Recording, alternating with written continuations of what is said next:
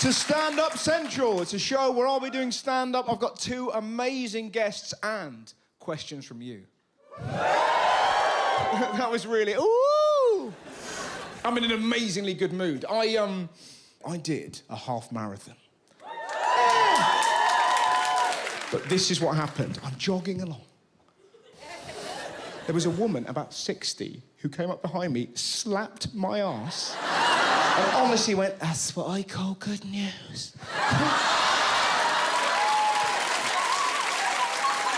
She hit me so hard, she left a weird granny hand on my arm.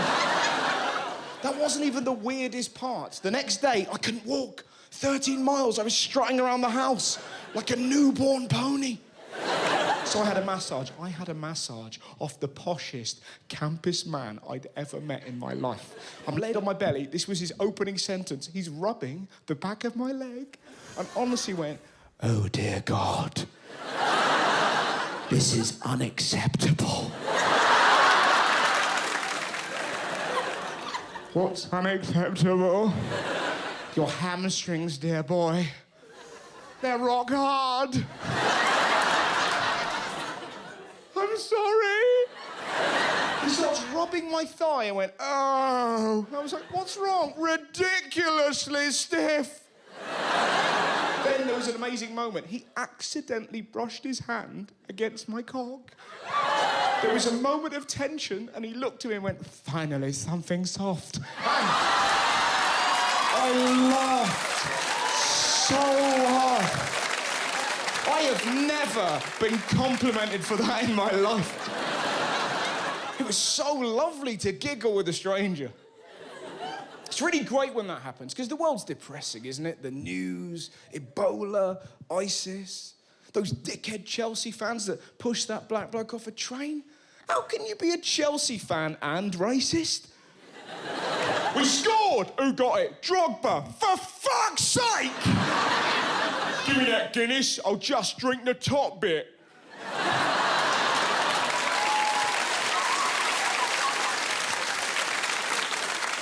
I've got no time for those alpha male bullies. You know, the kind of blokes. Dave's not coming out, he's pussy whipped. He's pussy whipped. Never hear women talking like that, do you? Linda, cock shackled. She hasn't been to knitting for a week. She's dick lashed. She is dick lashed. I've got no time for bullying. And there's so much on the internet. There was a woman last year who wanted to get Jane Austen on the back of a £20 note. Bloke threatened to bomb her. Yeah, I read a tweet that honestly said, "Women don't belong on money." And you're like, the fucking Queen? I got my first Twitter troll last year. A bloke sent me a message. "I'm gonna rape you, murder you, and bury you." Goodness. Do you want me especially chilling? He spelt bury, B-E-R-R-Y. Well, I appear to have had a death threat from Ribena. Why do you want to rape something you hate? Seems like such a strange thing to do. There's loads of things I despise. I wouldn't rape them. I don't like self-service checkouts in Tesco. Not once. "Oh, my trousers, love, I'm going to make some changes around here. Come here. I'll give you an unexpected item in the baggage area." It's not going to change it. But what's wonderful about us as human beings is when the bullied fight back. James Blunt did something wonderful the other day. This bloke sent him a message, went, "Oi, Blunt, why'd you sing like someone's trod on your dick?" And what did he reply? "That damn thing's always getting caught under my feet." Goodbye, my lover. Goodbye, my friend. This is my favourite part of the show. Would you like to hear some of the questions? Of course. Excellent. Yasmin, would you rather travel to the past or the future? The past, obviously. You could right all the wrongs. It'd be great. Well, you could, like, 11-year-old Russell, stop crying. It's probably a good thing you never went on Gym Will Fix It. It would help. "Dear Jim, can you fix it for me to meet Rolf Harris?" You dodged 2 bullets. Jessica, are you a feminist? Yeah. I love chicks. That was cheap, but I had to, no. I think you're smashing. I think what you do is wonderful. I think you're all angels. That was me taking the piss, and you went, oh, he said we're angels. I feel all funny. My name is Tia, and I am a stegosaurus. Okay. Probably one afterwards. Hello, my name is Roger. I am Tia's carer. She thinks she's a stegosaurus. Say again? I met you before, but I don't remember you claiming to be a reptile. You're disabled? I'm a carer. And you're her carer?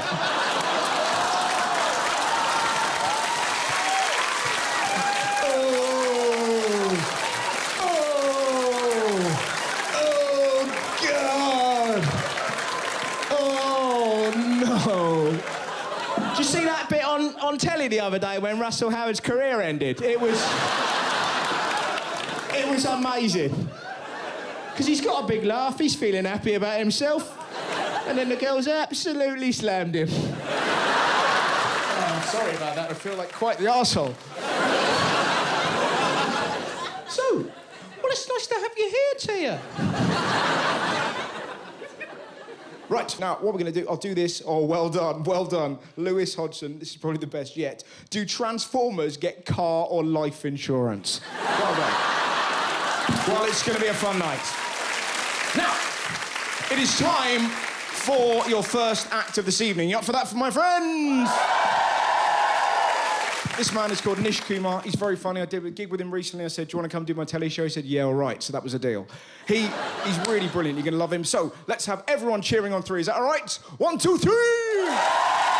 Please welcome to stage the wonderful Nish Kumar.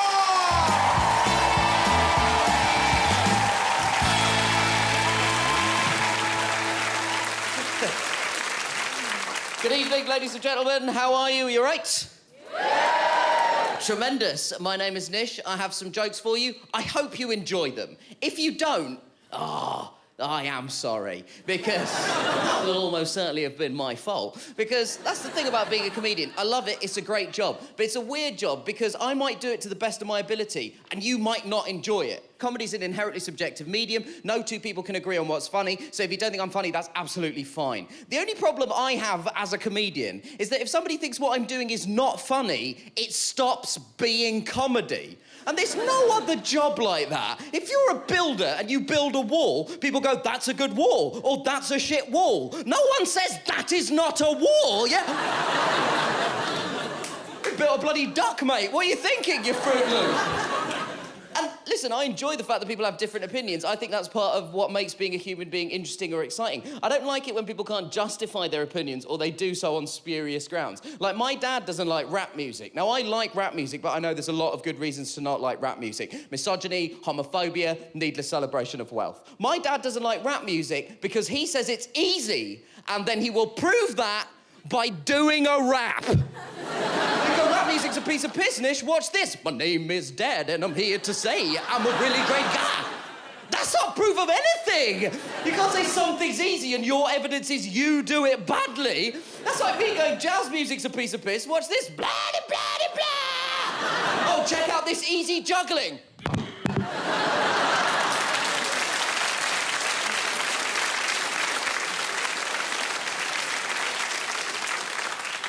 And I've had two separate arguments with my friends in the last 12 months because they didn't go to see 12 Years a Slave. Now, here's the thing. I don't think you had to go and see 12 Years a Slave. I just didn't like the reasoning. One of my friends just went, I'm not going to see that film, Nish. And I said, why not? And he said, because it's not even a good film, which I think we can all agree is logically bold. And I said, what do you mean by that? And he just said, oh, it's because it's about slavery. People are guilted by the subject matter into thinking it's a good movie. That's why it's done well. It's just because it's about slavery. Now, I'm pretty sure that's not the case. I'm pretty sure 12 Years a Slave has done well because at least some people think it's a good film. In fact, I know that's the case because I don't think 12 Years a Slave would have won all the Oscars it had won if it had starred Eddie Murphy as 4 different slaves and a Chinese man for no reason, right? I went to see 12 Years a Slave, at the end of the movie, it's kind of silent, everybody's sort of collecting themselves, the lights come up, and there's a girl sat behind me who's still just weeping openly. And I turn around and realise that this girl is black. And I think, oh my God, this is incredible. She must have had some kind of personal connection to this movie. I'm so moved that I'm here to share what is clearly an important moment in her cultural and personal development. And then I realised that's the most patronising thing I've ever thought in my life. And I know it is because I remember how I felt 5 years ago when people kept coming up to me going, dude, Slumdog.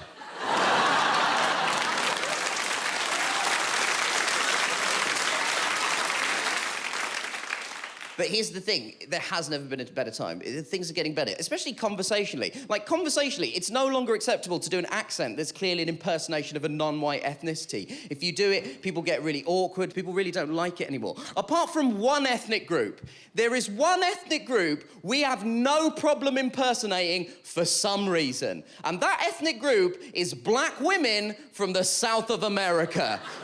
Because for some weird reason, no matter how liberal you are, occasionally and without warning, you'll just go, and you know Mama don't like that. How is that okay? That's definitely not okay. If I do an Indian accent, people go, Nish, you should not do that. It is crass, it is offensive, and you know Mama don't like that. And listen, ladies and gentlemen, if you take nothing away from anything else I've said this evening, let it be this. I think we can all agree that Mama Don't Like That would definitely be the name of that Eddie Murphy remake of 12 Years a Slave. That is almost beyond doubt. Ladies and gentlemen, thank you very much for listening to me. My name's Nish. Good night.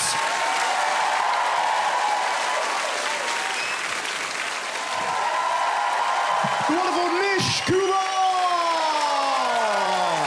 Let's have a few more questions. Oh, my Lord. If you had to be fisted, absolutely.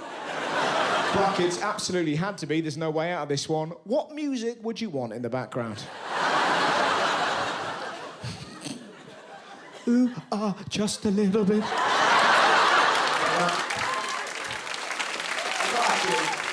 Please release me, let me go. There's a hole in my bucket. I mean, we could be here all night. Now, would you ever date a female version of yourself? Absolutely not. Two lazy eyes, we'd never kiss. Now, you up for your next act? Wonderful. This lady is absolutely terrific. You're going to love her. She's a massive smash at the Edinburgh Festival. You've seen her loads on telly. She's unbelievably brilliant. You are going to adore her, as I do. Please welcome to stage the wonderful Sarah Pascoe!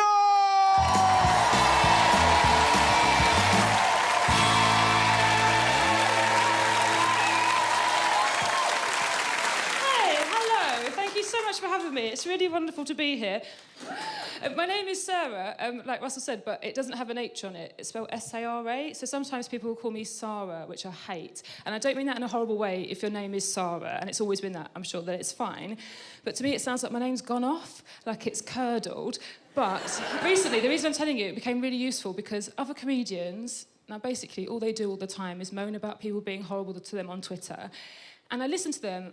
I'm always outwardly sympathetic, but while secretly thinking in my head, no one is ever mean to me. It must be because I'm so great. And then I worked on a TV programme, and when it went out, I got a tweet from a lady called Sarah Pascoe, spelt with an H, and she said, can you warn me the next time that you're on television? Because I've been getting a lot of death threats.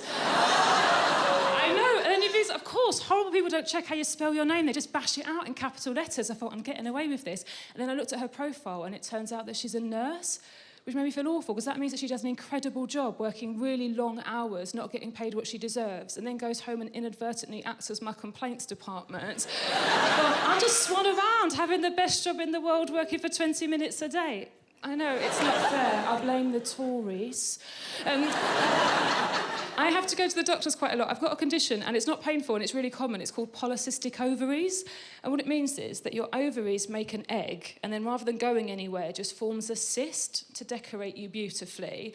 And it means that you have a very high level of testosterone in your system, which does mean that you get a heightened sex drive, but also at the same time that nobody will have sex with you because of your fine beard and moustache. And actually, when you think about it, nature's amazing. Like, it's found this way of signalling to anybody who might be about to mate with you. Like, once they get close enough, like, no, barren, waste of your time. And the thing is, I really am becoming a cliche, because I'm 33 and I've not had children, and I have had a tapeworm, but it's not the same. But other people, they start to ask you about it the longer you go without having children. And I understand that it comes from a good place. Like, my younger sisters have both had kids, and my friends are having children, and they're having such a lovely time, and they don't want people to miss out. But my problem with that is that, like, the pleasure that they're getting is subjective, isn't it? Like, it's personal to them. Like, I've had wonderful, pleasurable, subjective experiences. Like, I've been on QI. But I have never, ever said to anybody, "Oh, have you been on QI?" "Oh, you should go on QI." "Oh, no, I didn't think that I wanted to be on QI until I was on QI." And then it was like I looked back and my entire life had all been leading up to me being on QI. And, oh, when I saw Stephen Fry's face for the first time, I was filled with so much love. And yes, it's very tiring being on QI. It's such a long record, but it's so worth it, and I wouldn't want you to leave it too late and they'd have stopped making it. Do I? Hey, thanks. My boyfriend tried to get us to have more sex. He did something, and it's so sweet and kind. He once waited for me after a gig, and it was a surprise. I didn't know he was going to be there. And he'd spent all day rewriting the rules to Trivial Pursuits to make it strip Trivial Pursuits. And he'd printed out this new booklet, and he was so pleased with himself. He was like, "Come on, Sarah, we'll go home, we'll have a drink, we'll have a sexy time, it's going to get us back on track." And I don't know if any of you have ever tried playing strip Trivial Pursuit, but let me tell you what it is. It's you sitting on a chair with no clothes on, feeling fat, watching someone fully clothed beat you at Trivial Pursuit. I really wouldn't recommend it. Now, I'm about to say something that's so horrendously sexist that I really hope you forgive me, but basically, I earn more money than my boyfriend, and that means that I have to pay for everything. And look, in the olden days, and I'm not saying I agree with it, but there was this kind of understanding, wasn't there, that, like in the 80s and stuff, like men would buy dinner and women would put out. No, I know, it's awful. The idea that women are economically dependent on men, or the idea that men expect sex if they've paid, awful. But what I think is worse is that it doesn't work the other way around. Does it? That if the woman buys dinner and the weekly shop and the electricity bill, then he never puts out because apparently you've emasculated him by asking for a thank you dance. It's not fair, is it? Now, just to balance out my sexism, I think I've solved page 3. Now, obviously, there's this whole dilemma. Some people want page 3 in the newspaper to be banned because of subjectification and how it influences children, how they look at women. And then other people are against that, and they point out that we live in the Western world and no one is ever coerced to become a page 3 girl. That's their choice. Why are feminists telling other women what to do? And I absolutely did think, well, of course, that's an unsolvable problem until I did solve it in a dream. I know. What I dreamt was we have to make page 3 like jury duty. Yes. So you don't get rid of it, you leave it where it is. All that happens is that every woman over the age of 18 becomes eligible for page 3. And one day you get up and there's a letter.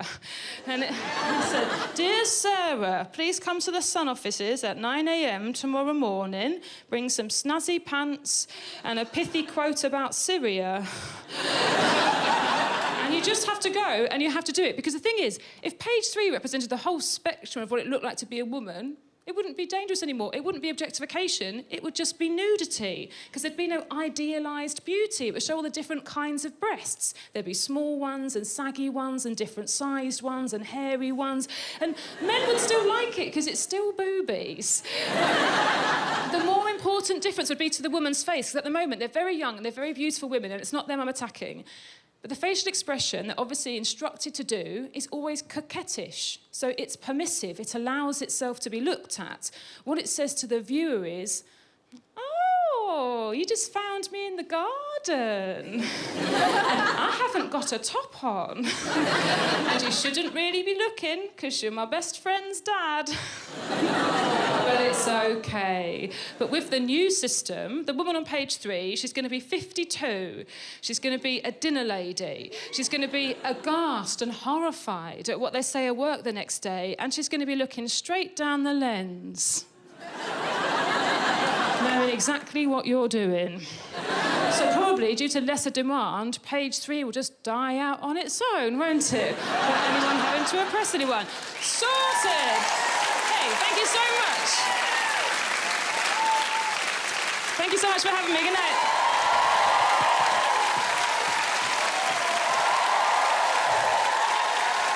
Ladies and gentlemen, the wonderful Sarah Pascoe. Give it up for the 2 acts you saw. And if you ever meet a lady that says she's a stegosaurus, just go with it. Thanks very much for watching the show. Good night. Hello! And welcome to Stand Up Central. That's very kind. So basically, the show's going to be me doing a bit of stand-up, a couple of brilliant guests, and some questions from you wise fools. Yes. Thank you, sir. That's very kind of you.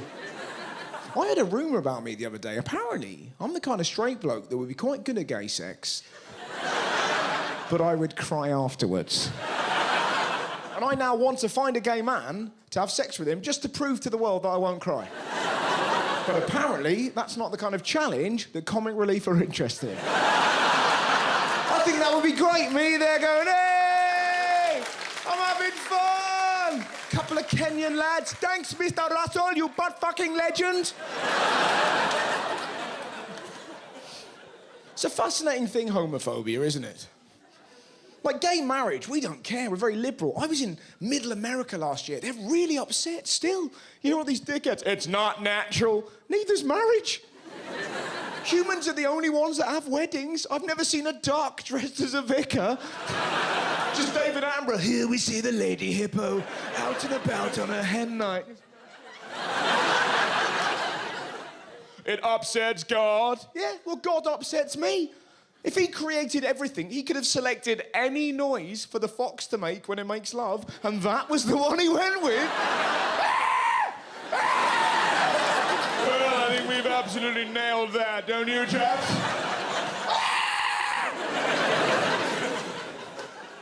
The excuses are ridiculous. A UKIP councillor last year said that gay marriage leads to floods. No, it doesn't. The Tory peer, Lord Tebbit, said, and I quote, gay marriage leads to a lesbian queen. What? What, like Liz is gonna go, it's legal, is it? Fuck you, Philip. I've gone full sushi. This is Shaniqua, she's my top bitch. Oh, that's it, Shaniqua. Oh, does it taste like stamps? It's unlikely that that's gonna happen.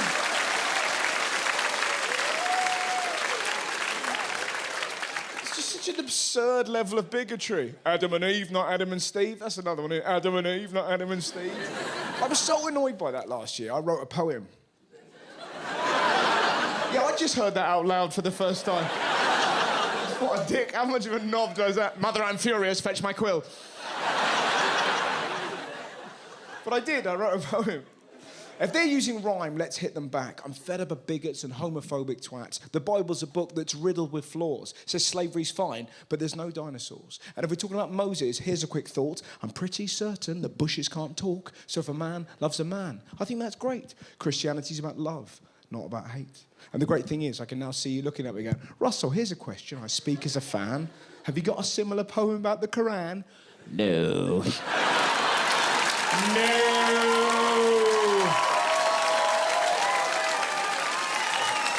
No!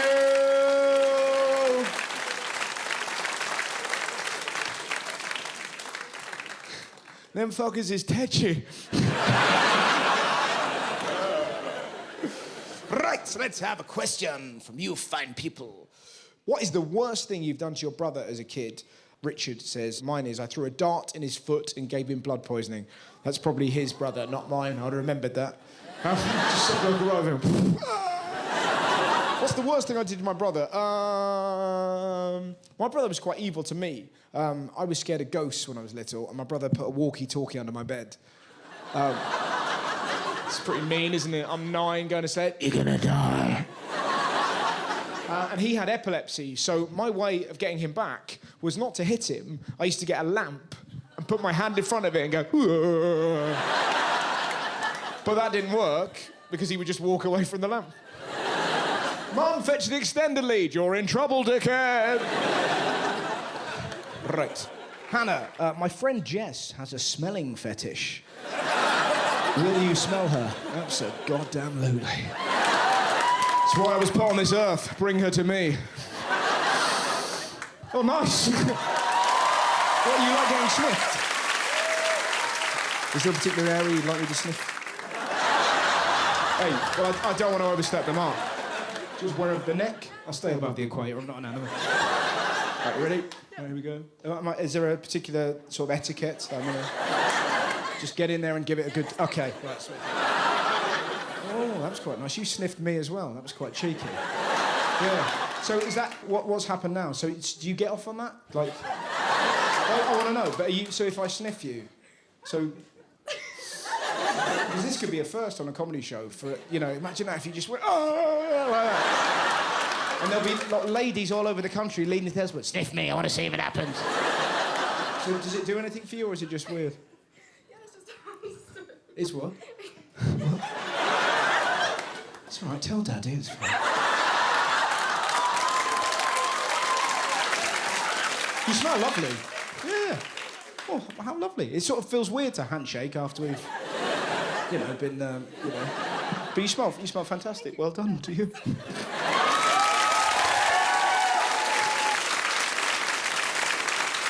Yeah. Jesus. That's the first time that's happened to me. Do you only like getting sniffed, or do you like to sniff? Oh, give and take. You'll give and take. How very modern.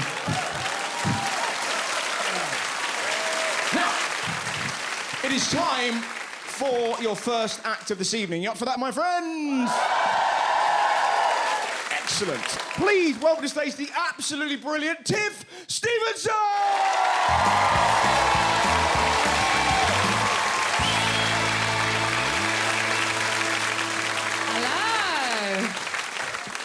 Hello. It's nice to be out amongst you this evening, amongst people who like going out at night and drinking. But I don't know if you're aware of this, but our government has plans to put minimum pricing on alcohol. Yeah, we don't want that, do we, Camden?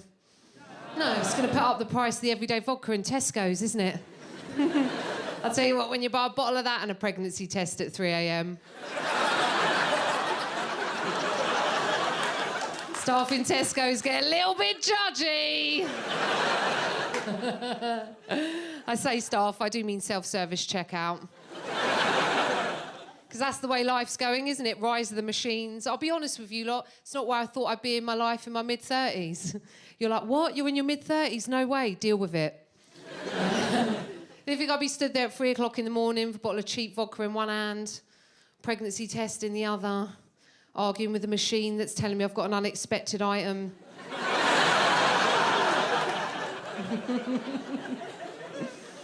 I don't like the misconceptions about drinking, you know. This is quite a common one, right? If you drink a lot, it's because you're unhappy with yourself. That's not why we drink, is it? No. How about we drink because we're unhappy with every other prick in this world? Yes! Thank you. Yeah. I drink because I live in a world where the Kardashians exist. And there is nothing I can do about it, right? And I can see some of you in the crowd tonight, maybe some of you at home, don't know who the Kardashians are. Welcome, you are the blessed ones. They're kind of like an STD America gave the world. And no matter how many times you apply the cream, they won't disappear.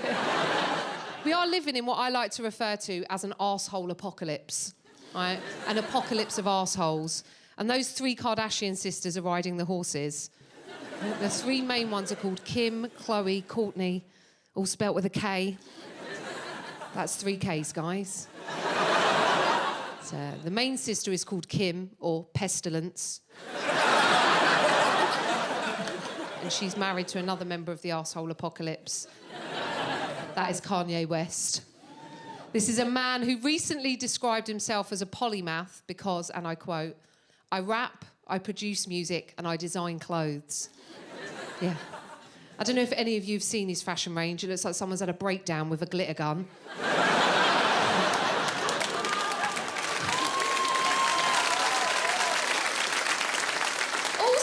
That's not what a polymath is it? A polymath is someone who straddles disciplines like a colossus, yeah?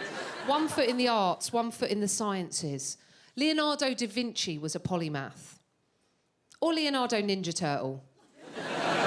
I'll accept them as polymaths because they're ninjas, they're turtles, they're heroes in half shells. Got a lot of stuff going on.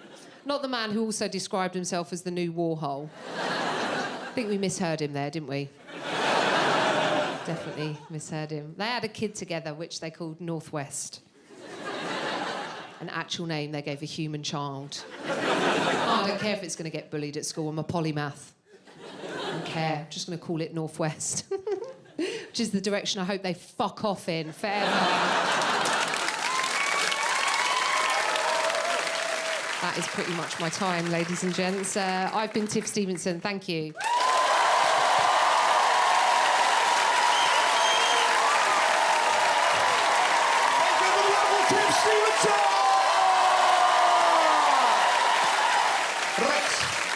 Let's have some questions. Would you shoot your best friend in the leg for 10 grand? Yes, I would. My best friend is Adam Hills. He wouldn't feel a goddamn thing.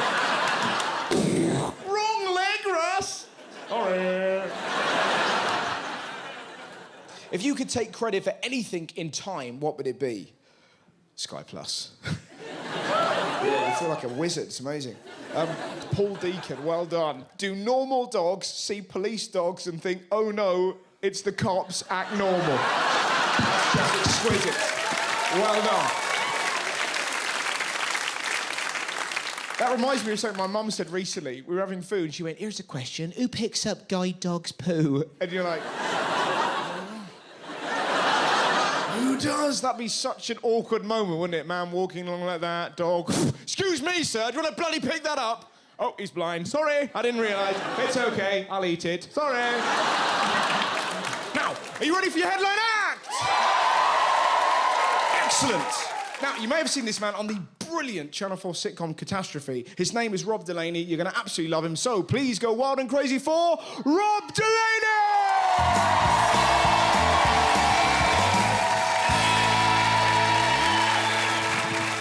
Hello, everybody. Nice to see you all. Thank you. Thank you, everybody, for coming.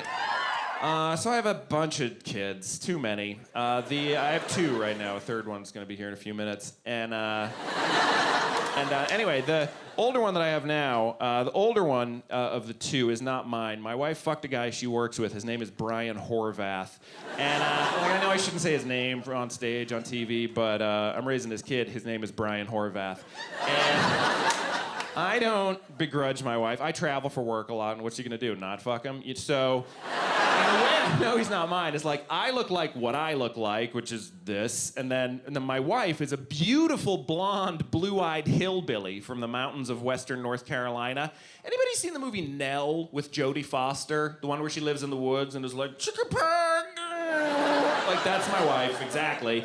And then further on the spectrum is our son, who is the blondest, blue-eyed. His hair is like white corn silk at the bottom of the ocean, wisping about. His eyes look like lakes in northern Norway. You know where they see the sun for like 20 minutes a year, and then everybody runs out of their hut and stabs a goat and then runs back inside?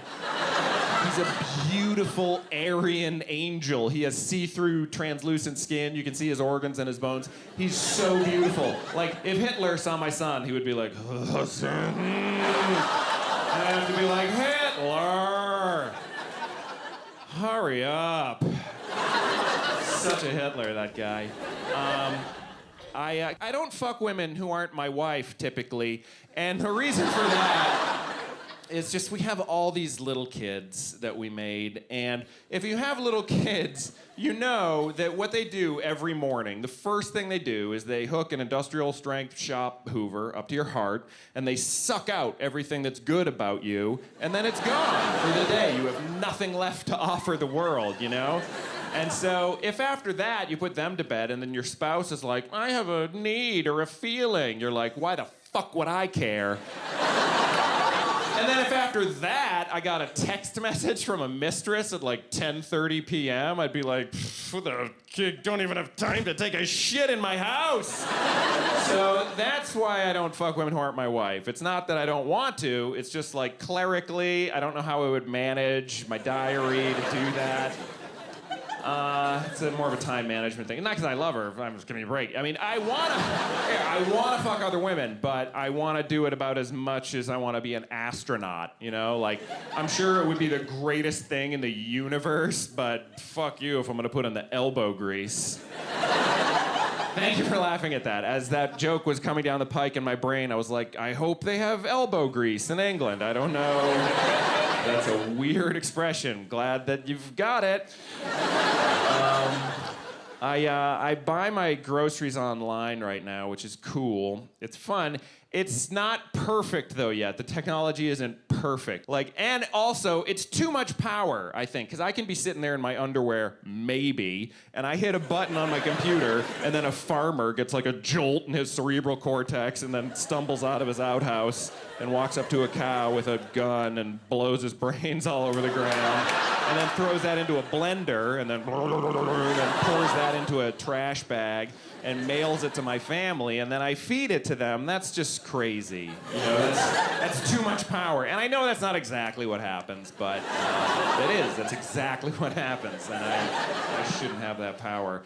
I hope it's okay. Do you mind? Is it weird if I do a commercial in the middle of my set? I'm gonna do a quick commercial for fingering because I just learned how to do it a couple weeks ago. I'll be 40 soon, and my wife pulled me aside because she's like, what you're doing down there, I hate it, I hate you, you're damaging me. Here's the thing, when you're like, 10 or 11 or whatever, what happens is some neighborhood elder, some friend's older brother or whatever is like, all right, gather around, youngins, and he's like, here's what you do. You take your middle finger and you pretend it doesn't have knuckles, so it's just like a straight, imagine if you dug up an obelisk from the Egyptian desert, and it's just a horrible implement, and you throw your fist down your trousers, and then just nobody should enjoy it, and that's what you do. And I was like, okay, and so I just did that just for decades. And so the other day, my wife was like, hey, honey, you got a second? And I was like, yeah, well, sure, of course. This is how we talk. And she goes, listen, you're harming me. And also, in addition to that, you're working way too hard, you're really going in there, first of all. And you just basically have to go into the foyer, basically. And it's more of like a I mean, you're burning no calories. It's just Sunday afternoon. I'm like, all right. And she goes, do you want to give it a shot? And I was like, okay. So I was like,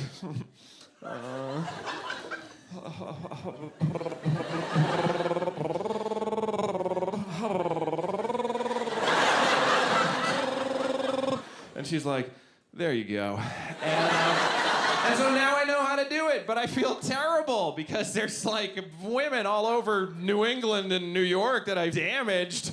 I want to put an ad in the Boston Globe or a Groupon that's like, did this man finger you? You get a do-over. And just roam the countryside and be like, hey, Mary Ellen, I know it's been forever, but check this out. And she'll be like, Gary, get out here. And I think even if she's married, he won't be mad. He'll be like, get the fuck, I thought it was her, so it's a well, son of a gun. Thank you, brother. I would like to grill with you. That's how men communicate with each other. Just burn meat together, throw it at each other. So we got the third one coming along. Who cares? It's special when the first one comes. Subsequent ones, nobody cares. But I can remember when we came home from the hospital with the first one. It was so amazing, and I was so proud of my wife. I remember we spent like 4 days in our bed, just didn't leave, just staring at the baby and at each other in disbelief. And I remember after a few days, my wife said, honey, could you do me a favor? And I was like, yeah, I mean, after what you've just done for us, yeah, I mean, anything, you name it. And she said, would you take a look at my vagina and tell me if it's still there? And I said, no way. No. I mean, no. And she goes, all right, well, listen, after you fall asleep, I'll cut your throat to the bone, and you'll probably maybe bleed out in a minute, and then I'll raise this kid on my own. And I said, you know, you sure I can take a peek? And so I kind of worked my way down her body, and I was so nervous that I was gonna find like a billowing ham blanket held together with like staples and yarn. But I didn't. The vagina is amazing, and it had already gone like and fused back into the little enchilada that I know and love. So I just gave it a little kiss and said, baby, I'm so proud of you. Thank you very much, ladies and gentlemen. Thanks a lot. Take it easy. Ladies and gentlemen, Mr. Rob Delaney! And a massive round of applause to the lady that I lost my sniff virginity to. Madam, in the future, I hope you come back as a dog. Ladies and gentlemen, because that's going to be amazing for you, isn't it, Sniffy Sniffy? Thank you very much for watching the show. Good night. Farewell. Hello and welcome to Stand Up Central. Basically, I'm going to do stand-up, a couple of brilliant guests, and some questions from you, the British people. Are you in a good mood? Yeah! What's interesting, because I read today, apparently, English kids are the most depressed in the developed world. Did you know that? Yeah, it's hard for me to get my head around, because you've got it all. iPads, Heelys. What did we have? Chinese burns and slapsies. For years, I was baffled by the Chinese. What's wrong with them? All they want to do is whisper and fuck up your wrists. We weren't depressed because we had nothing and we were inventive. Girls were incredible when I was little. Give them an elastic band. Cat's cradle, cat's cradle. Or that creepy thing you did with paper. Pick a number, pick a colour, pick a number, pick a colour.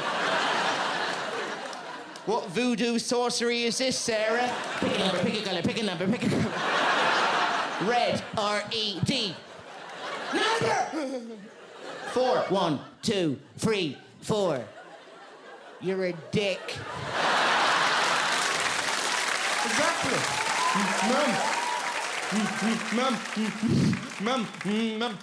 Mum, the girls outwitted me again. Mum. You don't get to cry like that as an adult, do you? I spent my entire childhood crying. Mum, what is it for that? My tooth's falling out, Mum. I think I'm dying.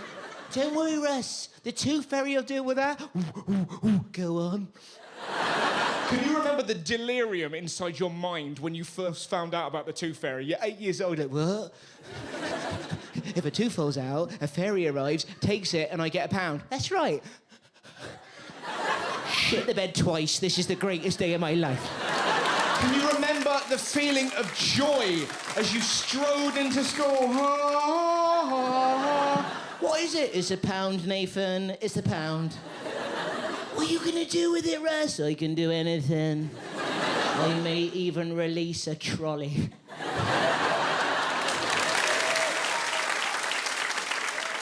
And do you know what they're doing to get kids over their depression? Apparently, happiness lessons, which I think is a good idea. We're all searching for joy. I think it'd be quite nice to learn how to be happy. It's got to be better than the things we learned. Algebra, pointless.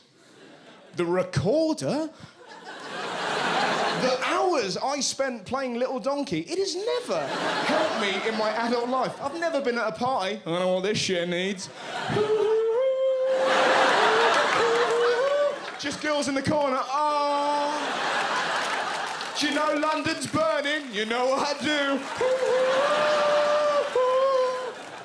The only good thing about playing the recorder, it meant at least you weren't playing the triangle. Do you remember those forgotten souls down the front of the class? Clunk, clunk, clunk. We're hitting metal with metal. Clunk, clunk. I think happiness lessons is a good idea. But what is fascinating about happiness is it's an elusive beast. You never quite know where it's going to be, you know? You never know what's going to make you happy. Very often, it can be tiny things.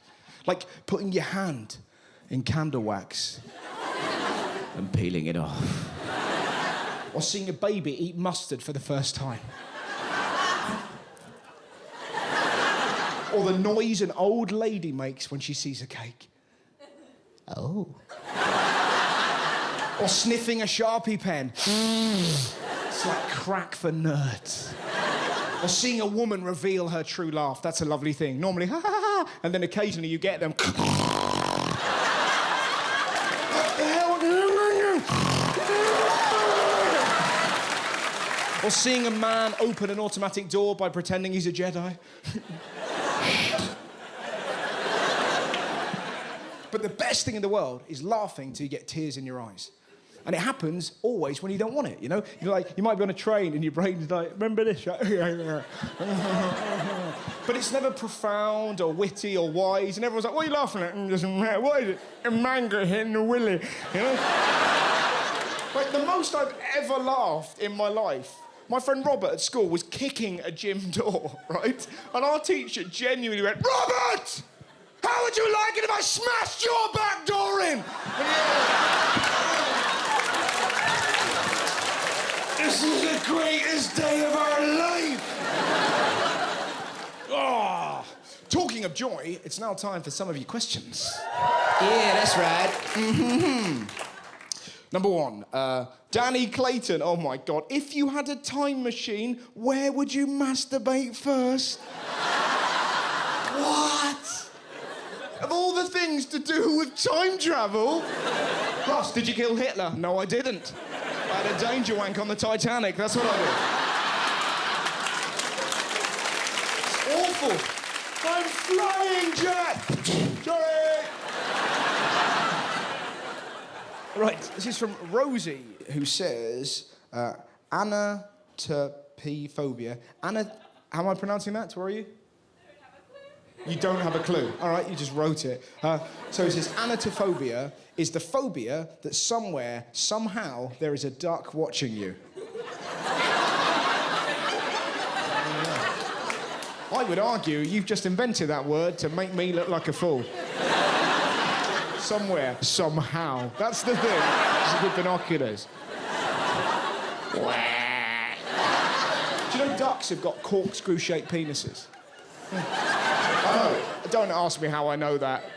I don't need to know it. It's never helped me. I've never been, you know, in a park with a bottle of wine going, I've left my bottle. I know what to do. That's for watching me, you creepy little bastard. You up for your first guest? Excellent.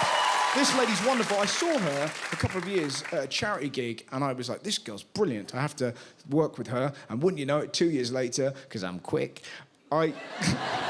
she's working with me. She's brilliant. You're going to love her. Please welcome stage the wonderful Sophie Hagen!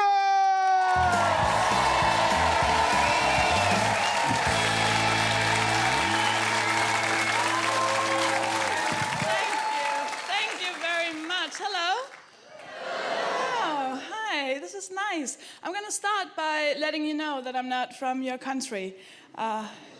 Surprise, right? I'm from a country called Denmark. Thank you. So this is going to be how I talk. I know. I live here now, and I love living here. I think it's amazing. What I like about your country are your words. Like, for example, right, I'm fat.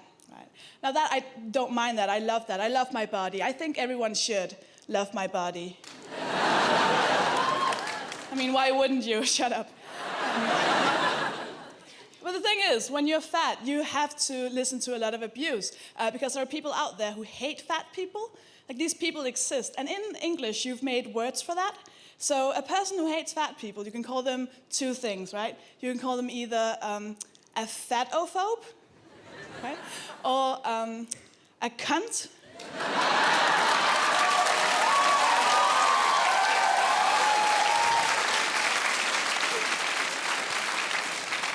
Did I pronounce that right? Was it? The only thing I really miss about Denmark are like my family and friends. Like Ina, she's my best friend. Ina, she's amazing, right?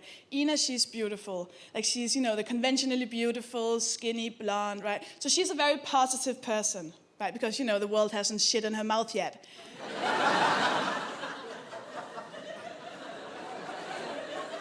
I'll give you an example. Ina, she believes in ghosts, right? Which I think is adorable because I used to as well, and then I turned 7. But Ina still believes. Like Ina, she told me this. She said, in my grandmother's house, there's a friendly ghost. I said, okay, how do you know that it's a friendly ghost? And she said, oh, it once pushed my grandmother down the stairs. I said, what? But then she said, yeah, but then my grandmother had to go to the hospital where they found out in time that she had cancer. So really, the ghost saved her life? No. Really? Really? Like, if you can shove an old woman down the stairs, you can also pick up a pen. Just be like, dear lady, get checked. Love ghost. Right, that's a friendly ghost. P.S. You're out of milk. Oh, right, that's a friendly ghost. P.P.S. I've done your laundry. You're missing a sheet.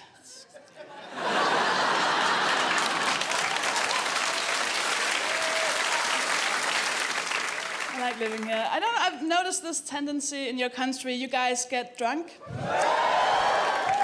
I met my favorite drunk person ever. It was in England, and I was in a kebab shop. Fuck you. It was a Saturday night. It was around 1 a.m. I was waiting for my food, so my night was peaking.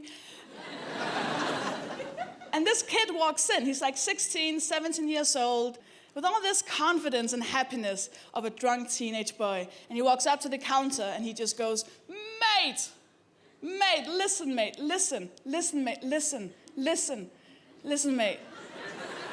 I have an idea that's gonna make us rich. We are going to invent a kebab with a mix of lamb and chicken. But the guy behind the counter didn't even change his facial expression. He just pointed at the sign behind him that said, mixed lamb and chicken kebab. And the kid, without missing a beat, just goes, mate, we did it. Isn't that beautiful? Thank you so much for listening. I've been Sophie Hagen. Good night.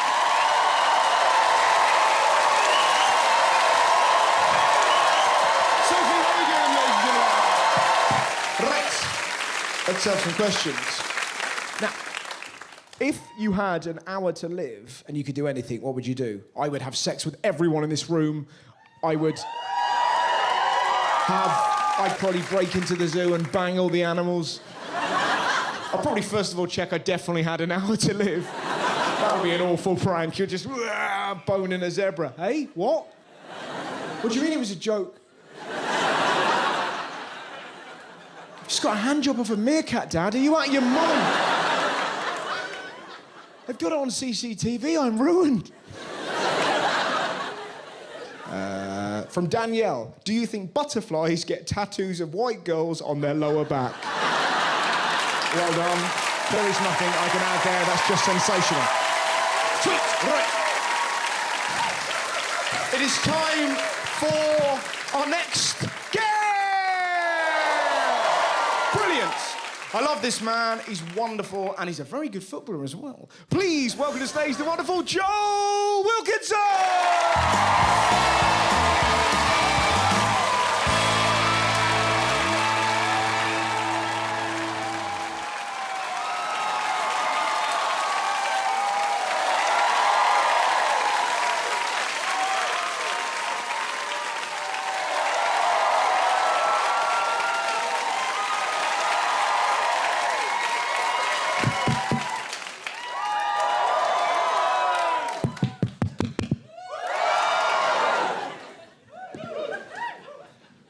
I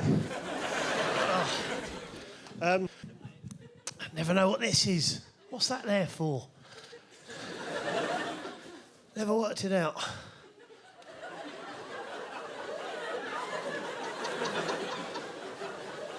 Is it?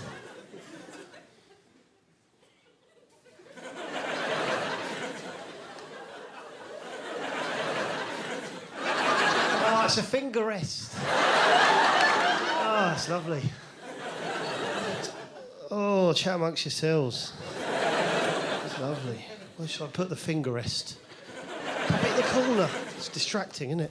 I'll tell you what, that's a bloody health risk. Isn't it? That's got to go, honestly. Oh, better face that way, I think. Is it better? What works? No, I like it. I like it this way.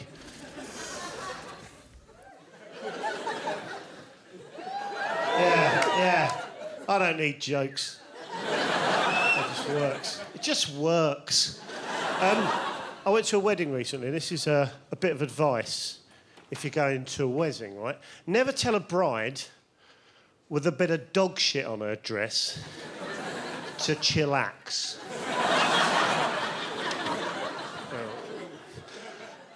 They don't like it, they get annoyed. Yeah. Especially when they find out it was you that threw it at her. Yeah. I run out of confetti, I had to improvise. Yeah, I put it down to the stress of being the best man. You can throw rice, but you can't throw a naan bread.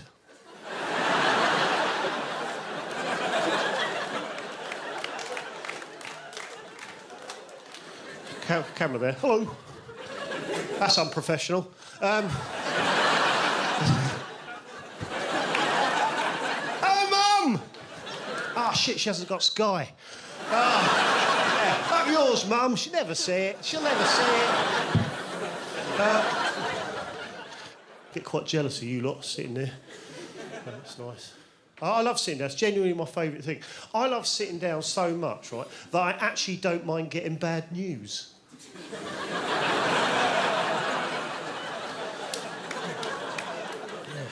Your flat's burnt down. Oh, it's good to take the weight off.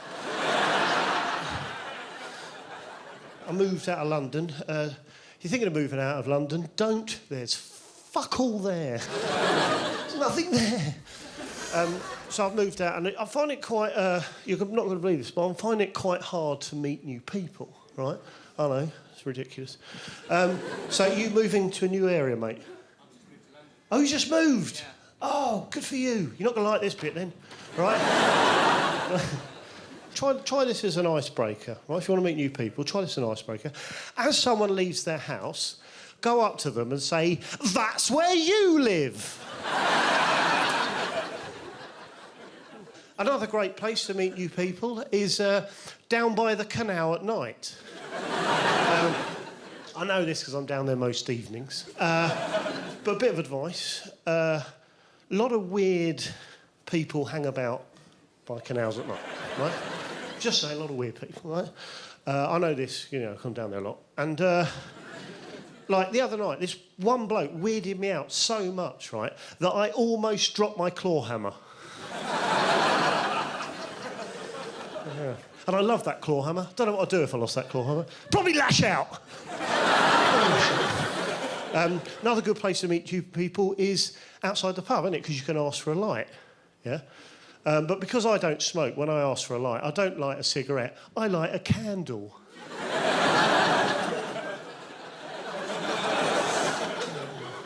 Or a Catherine wheel. I've just moved to the area! No, but you're not going to believe this, but I actually have a girlfriend. Fuck off! Mental. She has no confidence. None at all. Come on, come back with me. My flat's warm. So I had all these... when I was single, I had all these chat-up lines that I don't need now, and I thought I could give them to you people, and then you can carry on, use them to mate.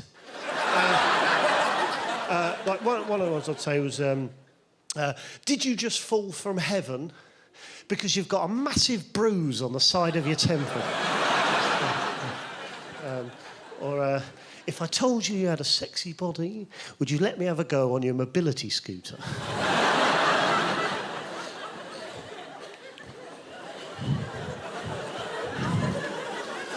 But my best chat-up line wasn't really a chat-up line, right?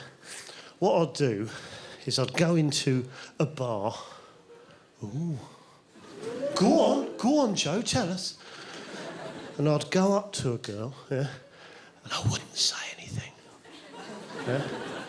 I'd just let her know I'm there, you know, like a good left back. Then eventually what I'd do, on the table in front of her, right, what I'd do is I'd chuck down a packet of Diacalm dual-action diarrhoea relief tablets, right? Chuck them on the table and I'd say, took a couple of them before I came out. Yeah. So if you come back with me, I can almost guarantee you I won't shit myself. Didn't always work. I should have used Imodium Quick Relief! Because that tells a girl, this guy's got a bit of sass. But we'll shit ourselves, most natural thing in the world. Put your hands up, guys. We'll shit ourselves, am I right? Who's with me? Yeah, most natural thing in the world. Good man, good man.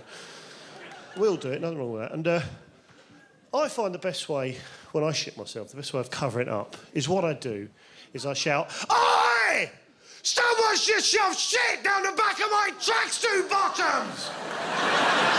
No one leaves this opticians until we find out who's done it!"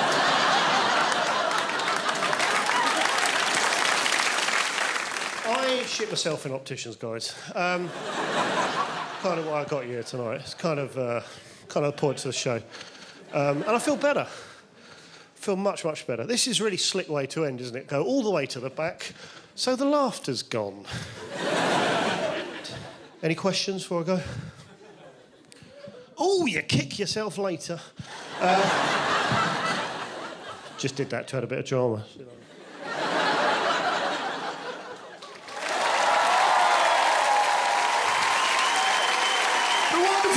Wilkinson!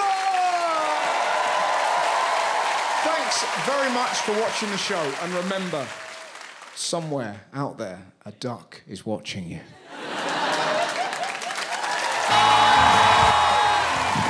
Hello! And welcome to Stand Up Central. Basically, I'm going to do stand-up, a couple of brilliant guests, and some questions from you, the British people. I found something out about this country of ours this week. Apparently, the English accent was voted the sexiest in the world. Well, you say that, but I would argue they've never been to the West Country. I will prove this. He moves suddenly, so his hand is cupping my sex. And one of his fingers sinks slowly into me.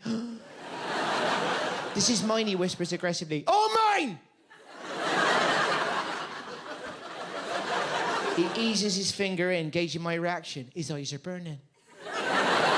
It isn't erotic. There isn't an accent in this country that could make this arousing. Give me one. I'll prove it. Scouse, OK? Scouse. I'll summon my inner John Bishop. He moves suddenly, so his hand is cupping my sex. And one of his fingers sinks slowly into me. This is mine, he whispers aggressively. Oh, mate! He eases his finger in and out as he gazes down at me. His eyes are burning. Next. Well, Welsh, no problem. He moves suddenly. So his hand is cupping my sex. One of his fingers sinks slowly into me. Well, I feel like a bowling ball.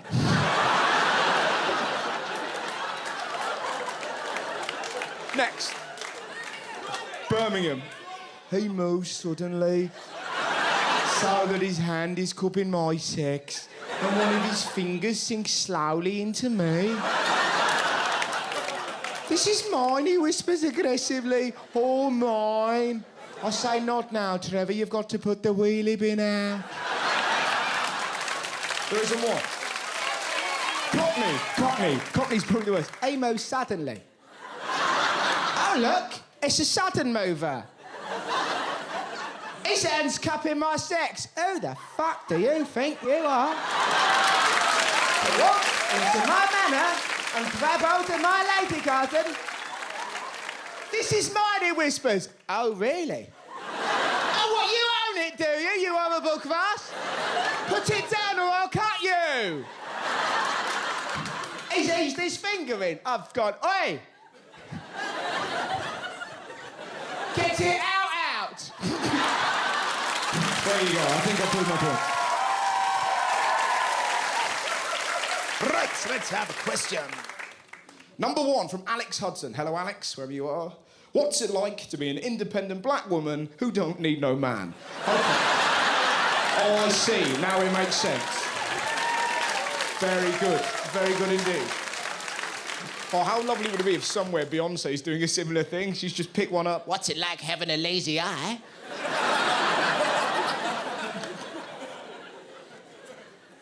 What is your funniest experience at university? It's from Rebecca. Never really had one. You think university is going to be sex, drugs, rock and roll, whereas the reality is more just kind of, did you take my milk?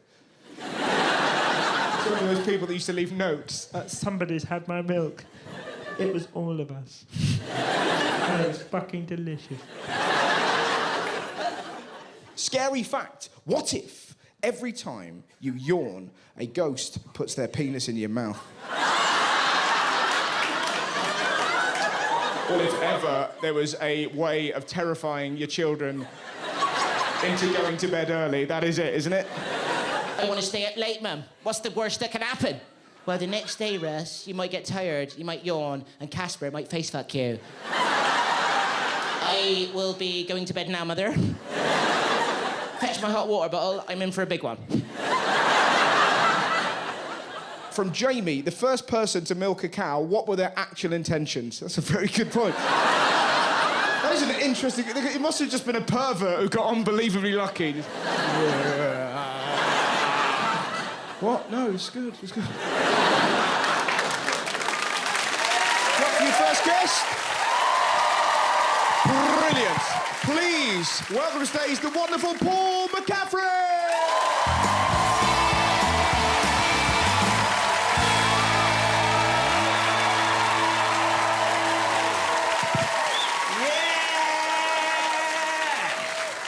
Hello. Everybody well? Very nice. I can see a couple of concerned faces. I should address this straight off the bat. I can see a few people thinking, does this guy realise what he looks like? Screw you. I know exactly what I look like. I look like Oasis Lego. This is fact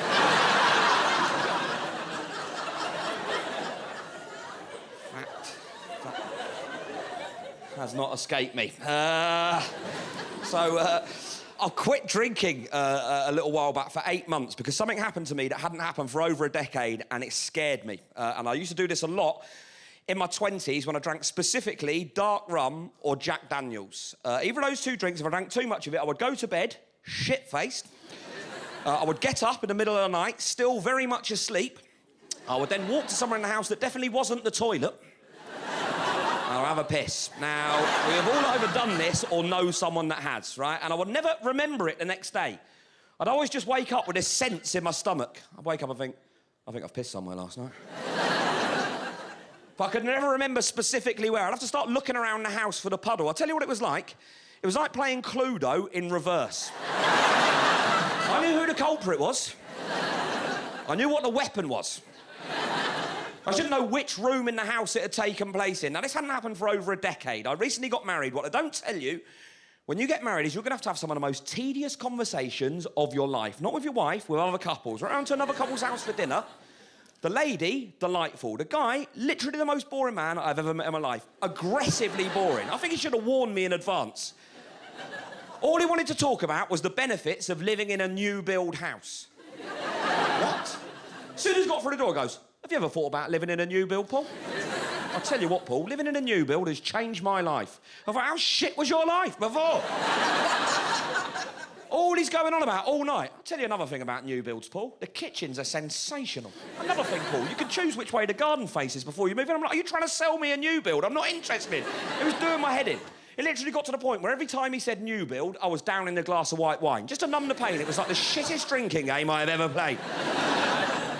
You know these drinking games where a word is said in a song, so you have to down a drink? Roxanne by the Police is the famous one. Every time they say Roxanne, you down a drink. Jammin' by Bob Marley, same principle. This is the best one, the fake moustache game. You know this? This is incredible. You stick a fake moustache on the TV screen. Every time someone in the programme lines up with it, you down a drink.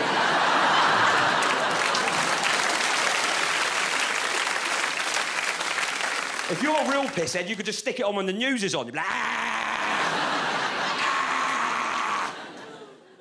I'm down in white wine at this speed. Now, if we know anything, we know this. White wine is not a session drink for the following reason. There's only two settings when you drink white wine, and that is sober and too pissed. There's nothing in the middle. Sober, banjaxed. This is how it goes when you drink white wine. Well, this Pinot's delicious.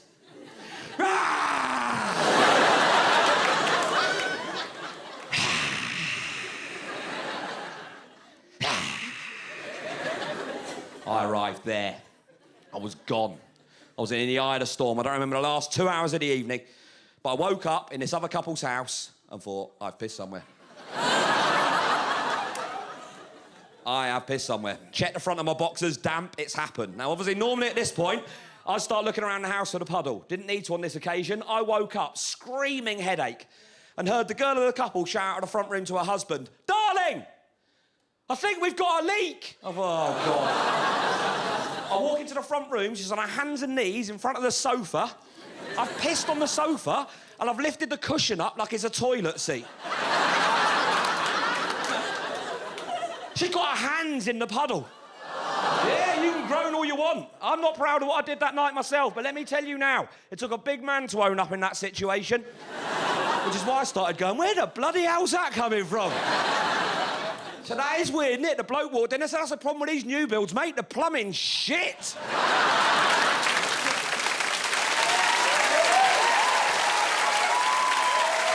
you very much. Shall we, Paul McCaffrey? Take care. Cheers.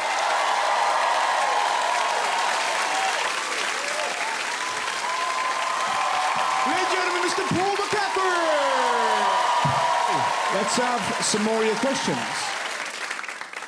What's the most embarrassing thing that's happened to you this year? It's very specific. I don't know. Oh, yeah. I was having a toilet recently. I was around Mum's house and I was having a poo, and I thought I was alone. That's why I left the door open. And my mum's dog walked past and stopped and watched me.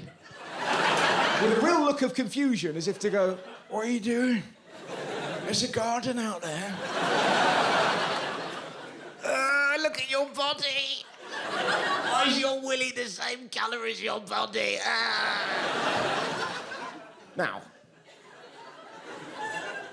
like I say, I thought I was alone, so I had some fun with the dog. Listen. I thought it would be fun to start going, do you like that? Yeah? Is that what gets you off?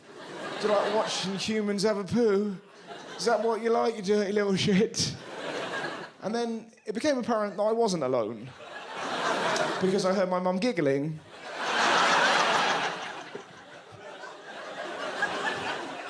And I could hear her around the corner. How long have you been there? Long enough. Right, it's time for your headline act. Are you ready for your headline act? This man is absolutely brilliant. You're gonna love him. Please welcome to the stage, Dobra!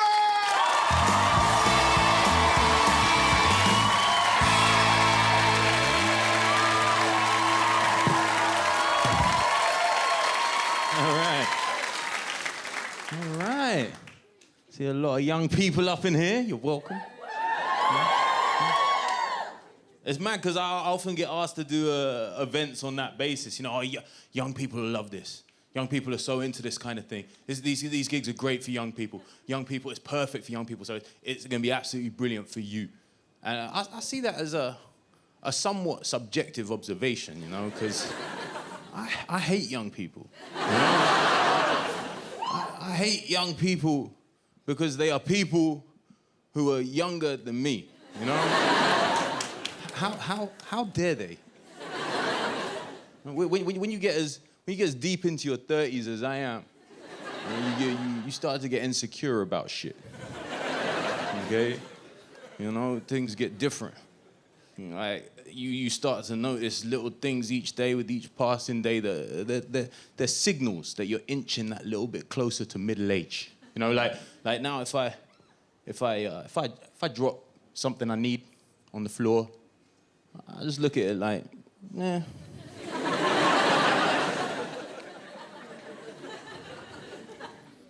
I ain't picking you up straight away, man. Fuck you. Stay there for a bit, bro. Come back to you later. I'm feeling nimble. You know, I ache more. You know, my hairline is going through some kind of a bitter divorce with my face. Yeah. This used to be a 4-head. It's a 5-head now, okay? Every week, my barber every week, he's got the razor at my hairline like, yo, if I take this line up any further back, I'm gonna cut your throat from behind, okay? You know, I grew up as a rapper, you know, and growing up as a rapper, I'll be honest with you, I never thought I would live this long. I thought I would hit 27 and then die of like a weed and pussy overdose, you know? It never worked out that way. Now I'm a rapper in his 30s. With kids. And a shed. You know? What do you young people know about that? You know? Well, what do you know? What do you young people know about having a pair of trainers specifically for garden use? What the fuck do you know about that?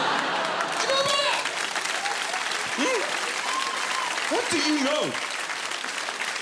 What do you know? What do you know about back pain? What do you know about receding hairlines and chilblains? What do you know about the 80s, when the coolest thing you could say was, baby, page me? Huh? What do you know? What do you know about 4-channel telly, corned beef hash and spotted dick in your belly? What do you know about getting shoes that ain't Nikes and drawing the swoosh? What do you know about finding porn in a bush? If your definition of old school is MySpace, I say get the fuck out of my face. What do you know about no smartphones? Calling your girl's house, but her father's home. Hello, sir. I'd like to have sex with your daughter. Nice one. Because we're way past dry humps. Matter of fact, what do you know about dry humps? Fully clothed on the bed where you find us. Innocent like 2 little angels. Nowadays, kids want first date anal. Instant action, thanks to that Tinder thing. What do you know about waiting 2 months for fingering? You know, but I'm not bitter. I'm not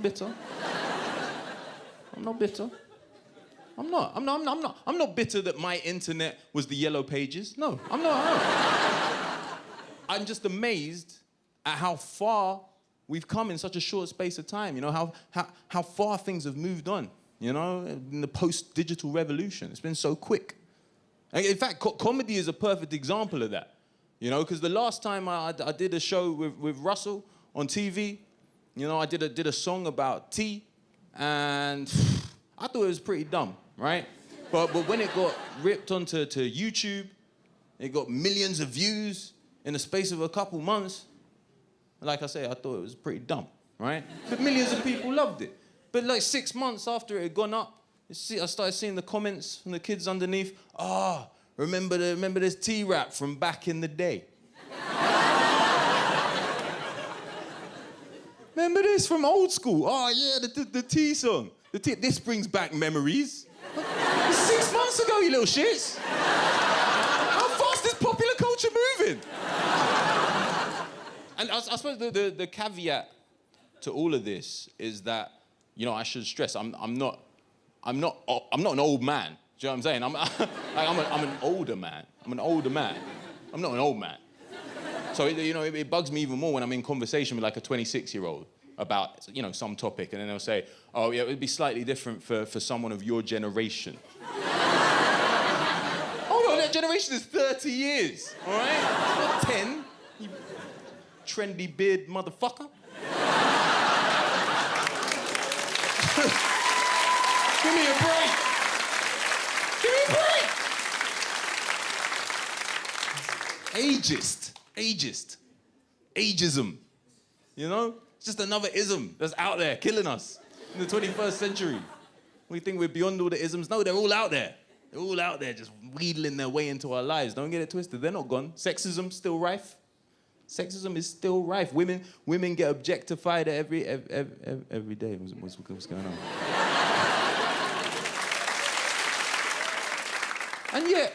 And yet, subject matter is so slim all of a sudden.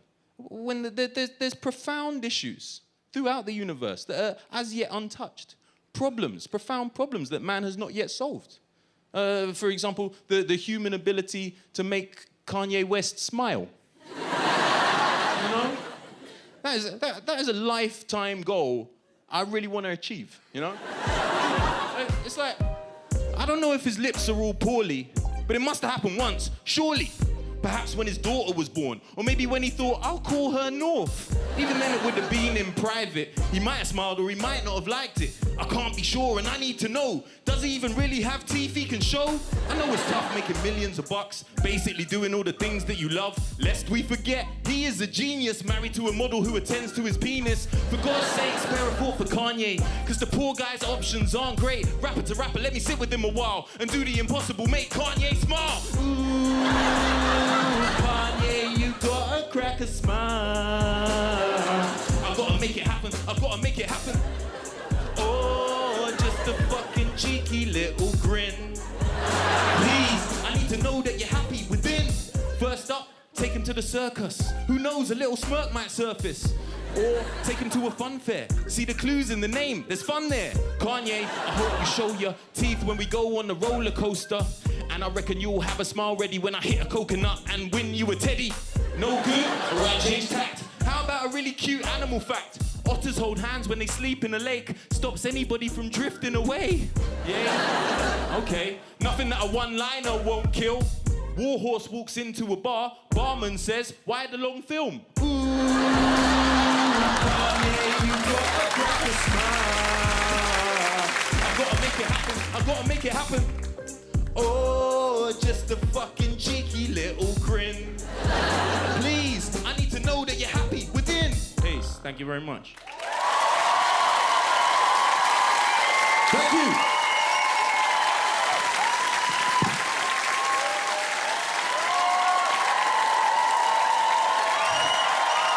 Ladies and gentlemen, Doc Brown! Thank you very much for watching the show.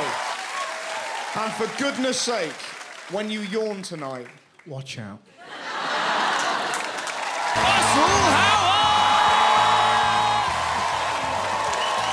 Hello and welcome to Stand Up Central. That's very kind. Basically, it's going to be a laugh. I'm doing stand-up. I've got two brilliant special guests, and I've got questions from you weirdos. Yeah, it's going to be fun. Now, I read a story today that really made me laugh. I read a story. There was a lady who was arrested in the cinema for masturbating whilst watching 50 Shades of Grey. Which does beg the question, who complained? I have not come here to see filth like that. That's it, Christian. You spank her good. Hello, officer. Yes, I'd like to make an arrest, please. No, she's refusing to come quietly. That's the problem. Masturbating at the cinema? I bet you money she was there just going...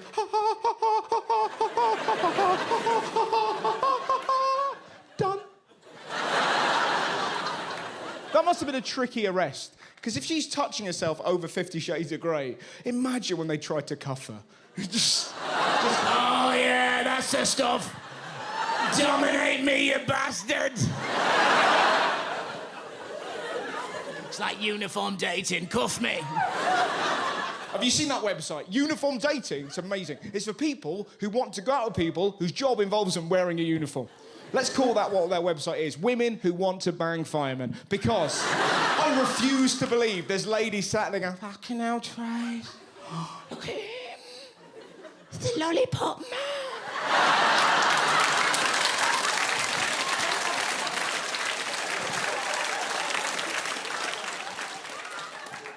It's a beekeeper. I love beekeepers. Traffic warden! Ah! You into that kind of filth? 50 Shades? Slapping? Whipping? No. Well, a few people. Not for me, you know. I'm not into bondage. I've never been, you know, making love and thought, this is fun, but I'd rather fight her. I don't like... To be honest, that's probably the noise I'd make if I was hit. I am. I don't even like getting tickled. There's 3 stages of tickling. I'm laughing, I'm crying, I've shit myself. And none of those are improved with a boner. Now, this is the part of the show that I'm quite excited about. These are the questions, so we're going to have some fun. Yeah, that's right. What do you think of cannabis? Have you ever tried it? Yes. Obviously. It's a good drug, isn't it? It's the only drug, to my knowledge, that makes you giggle and paranoid. Who's laughing? You also access a different realm of your brain. I was stoned with my mates. We were watching Star Wars, and my mate Tom honestly went, this is shit. Why is it when they get their lightsabers out, you never see any moths? It was like, that's very good. What's the most useless, Sean Connery wrote this. What's the most useless superpower you can think of? For example, having the superpower to turn traffic lights to red by your eyes. I don't know, invisibility, but, you know, you're blind, probably. I'm in the changing rooms, the girls don't know I'm here. We can see your dog, Russ. Have you ever been to Australia? Yes. I have. It's a wonderful place. Brilliantly funny people. I was once at a zoo in Australia and a bloke went, yeah, a couple of years ago, some bloke got into the lion enclosure and tried to read the Bible to a lion. They fucking killed him.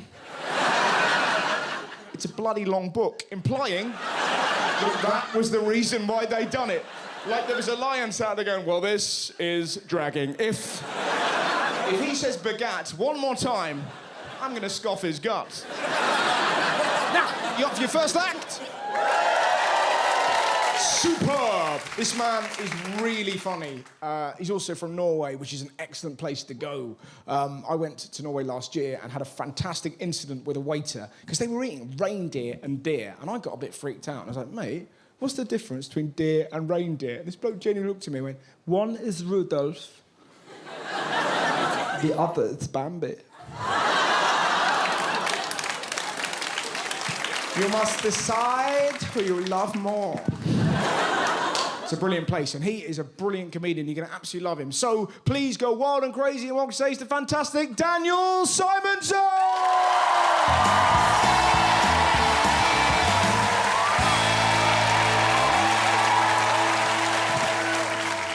Hello. Hello. Yes, so I'm from Norway. Yeah. I'm very scared of not being likable on stage. That's why I don't go to the gym. It's not good to come up on stage and look like you have a great life. Just be really confident. Just so, hey guys, you're getting a lot of pussy lately. It's really funny. That would be a good way to lose the whole room. There's people looking at you. Who's this prick? Who's getting all the pussy?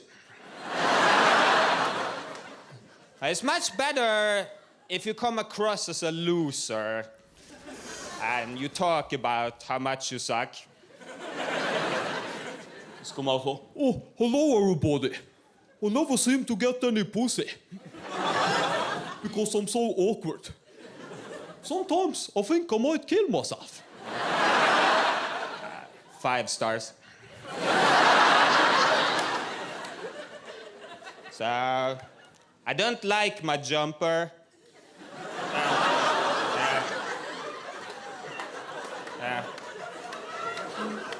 It's wool, so I can't clean it. If I clean it, it becomes a scarf. You know? Yeah. Oh, okay. I'm trying to dress like a grown-up. All my friends, they're so straight now. They wear a shirt and they go to dinners and they talk about the potatoes, you know.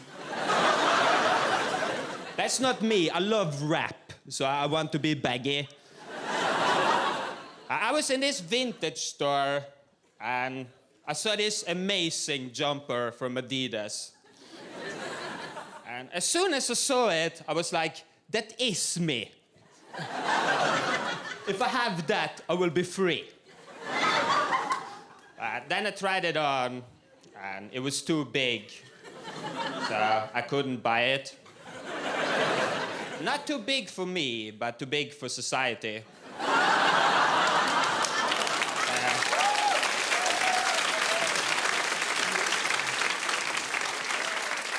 I feel after I moved to the UK, I became less likable. You know what really pisses me off now? People who walk slow. I never tell them anything, but I want them to feel guilt, you know? This is what I do when I go by them. I just go. And then I show them how they should walk, you know? Sometimes I walk slow myself. I'm not perfect. You know what really pisses me off, Dan? When people step on the back of your shoe and it goes halfway off. What kind of moron does that? I don't even turn the whole way around then. I just go like... That's how I show him how much he fucked up. I want him to feel that it's not okay to make a mistake. I don't know why that's so annoying. Sometimes I'm at home 3 hours later. I'm alone making spaghetti. I'm still pissed off. I have to stop and show myself how annoyed I am.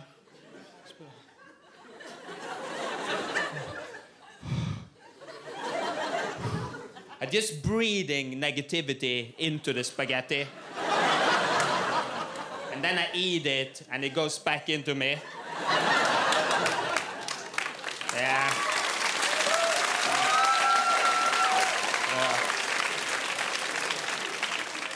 That's how you become British. Okay,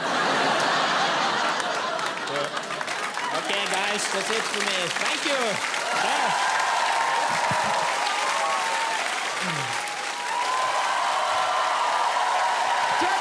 Simonson! Let's have some more of your questions. On a scale from pudding to yoghurt, how bouncy are your tits?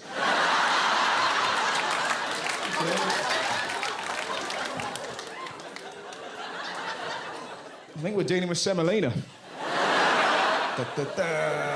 This was from Timmy. Why did I pull my trousers down on Saturday? I don't know. Where are you, Timmy? Oh, they are, waving. I like the fact that now you're all meek, whereas Saturday night... Ooh. What were you playing at? Why did you pull your trousers down? I don't really know. You don't know, but where were you?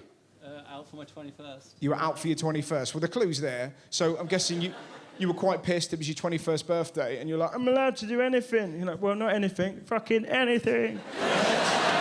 Unless, you didn't pull your trousers down in front of yourself, in front of the mirror. That would probably be the loneliest 21st ever. Happy birthday to me. Just making your dick jump. Happy birthday to me. Just crying on your own penis. Happy birthday, dear Timmy. Happy birthday to me. Just your mum knocking on the door. You're adopted. That would be cool. Now, are you ready for your headline act? Excellent. Please welcome to the stage the brilliant Katherine Ryan!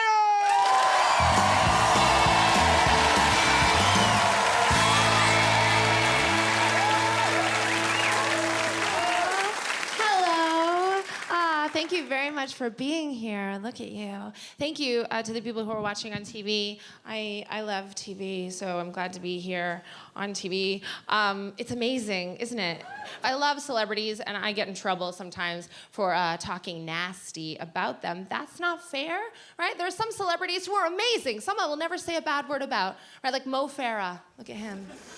He's an amazing man, an Olympian, a British hero, a good man, a good father, a Somalian who acquires gold on land. There's nothing I don't like about that guy. He's amazing. Celebrity Big Brother. Do you watch that? No. Some of you won't admit to no. If you don't watch it, it's where people who've been on TV once and can't pay their tax bill enter a house until there's a mass ritual suicide. I hope. And this last one was really, really good. Katie Hopkins was in the house. She's Britain's most hated woman. You don't like her. You don't like her. Does anybody like her? You see? You see what's happened? We had some woo! I meet people like this in the street who are like, she came across really well on TV. So did Bill Cosby. What are you doing? What are you doing? She's an evil woman. Bill Cosby, by the way, we all know might be a massive rapist. I'm not telling anyone that for the first time. No, you know this. I mean, maybe he's not. We don't really know. A lot of women say that they were raped by Bill Cosby back, like when rape was just frowned upon, like smoking weed. But try not to, but if you have to, just make sure you're famous. And, but we can't get to the bottom of it. I don't know if he's guilty. We don't know. He's not in prison, and he can't ask Bill Cosby if he's a rapist. He hates that. Right? He hates it. He will walk out of an interview if you ask him if he's a rapist. Convicted rapist Mike Tyson also hates being asked if he's a rapist, by the way. That's just a fun fact. Madam, have you ever raped anyone? No, she's still here. Neither have I. You know who hates being asked if they're a rapist? Rapists. Yeah, they don't like it. A little fun clue. Chet Evans' girlfriend continues to stand by him, though, proving that there's one woman in Britain who wants to marry a footballer more than she doesn't want to marry a rapist. I'm single. I don't care. Is anyone else single? She's like, no. No, God, no. I couldn't be single. I'm a woman. It's true. People worry about you if you're single and you're a woman. I get letters about being single and a woman. And, I got a letter the other day from a lady, and she's very concerned. She's like, dear Katherine, we came to see you on tour, and I heard you say that you were single. My brother Ray is also single. Why am I getting this? Why? A man would never get this. Leonardo DiCaprio is mysterious, exciting, because he's single. I'm sure he's not getting letters. Dear Leo, my brother Ray is also single. We have the same number of Oscars. What's the problem? She went on. We're the same. She said, we'd be willing to accompany Ray on the megabus to London. Whoa, whoa, whoa. The only time somebody takes a megabus to meet someone they've seen on TV is to kill them. I'm not stupid. I'm not coming. Your TV stars are very weird people. Glamour models. What's that? They're some of the most famous women in Britain. I'm a model. I'm a glamour model. Right? Well, I'm a model, but I'm a glamour model. I'm a glamour model. Think about it. It doesn't mean anything. We do not have glamour models in Canada. I mean, we have girls who get their tits out, but we don't have a name for them. Just a charity. But here they're everywhere. I'm a model. I'm a glamour model. What does it mean? Does glamour mean tits? Is that what it means? Oh, so my nan is a glamour cancer survivor. My bad. I've been saying it wrong. Ladies, get your glamograms. Hey. What? Well, I'm a model, actually. I'm a model. What are you modeling? Coils? I can see inside of you. You're naked. You don't have any clothes on. I don't get it. And I had a phone conversation with one of these women. Fine, no problem. The problem, though, was I found naked pictures of her in my then boyfriend's mobile. And I saw the pictures, and I thought, oh, maybe this is a mistake. Maybe this is a terrible misunderstanding. I'll just ring the number, and I'll sort it out. So I rang the number on the text, and I said, hi, I found naked pictures of you in Steve's mobile, and I would just like to know how they got there. She was nice. She was nice to me. Right? She's like, oh, good, babes, oh, good. I feel well bad, yeah. All right, I'll tell you everything, right? Let's be friends. Oh, good, a new friend. So, like, I met him one night in London, right? And we was talking, and then one night, he texts me, what are you doing? And I said, nothing, right? And he texts me, what are you wearing? And I said, nothing, right? And he said, prove it. And I said, all right. And I was like, oh, ew, ow. But did you sleep together? And she was offended. She was like, what? Oh, God, babes, no, nothing happened. No, he's a well nice guy. He loves you. No, nothing happened. I didn't bang him. Nothing happened. I didn't bang him. Nothing happened. I'm like, whoa. Why are you saying those two things like they're the same? Right? Like something happened in between that I'm not cool with. And I confronted him, and he said the same thing. He's like, what's your problem? You're a lunatic. You have no right to be angry. What's your problem? I didn't bang her. What's your problem? Right, I didn't bang her. And I thought, what do I look like to you? That's right. I'm a strong, powerful, beautiful black woman. And I am fresh out of didn't bang her medals. Otherwise, I'd give you one. We can have a parade, you magnificent prick. I usually keep my didn't bang her medals right next to the you've never hit me trophies. Have one of them. Right alongside the you tolerate my child certificates. I am a woman of a certain age, and I am certain that I don't need you around. So I threw him straight out like 10 months later. I threw him straight out. I'll take that. Cheryl Cole got cheated on, and it made her the nation's sweetheart.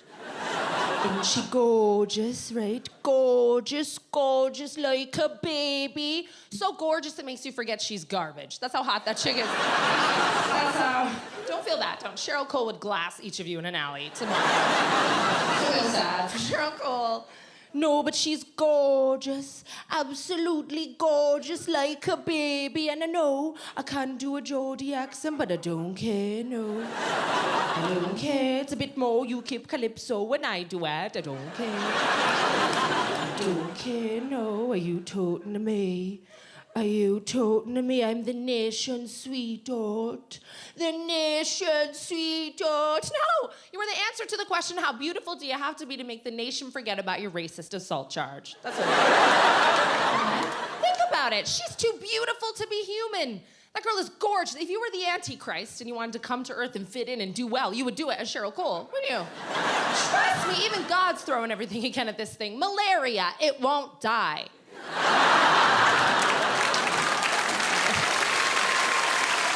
You've been so lovely. Thank you so much for listening. I hope to see you soon. Good night.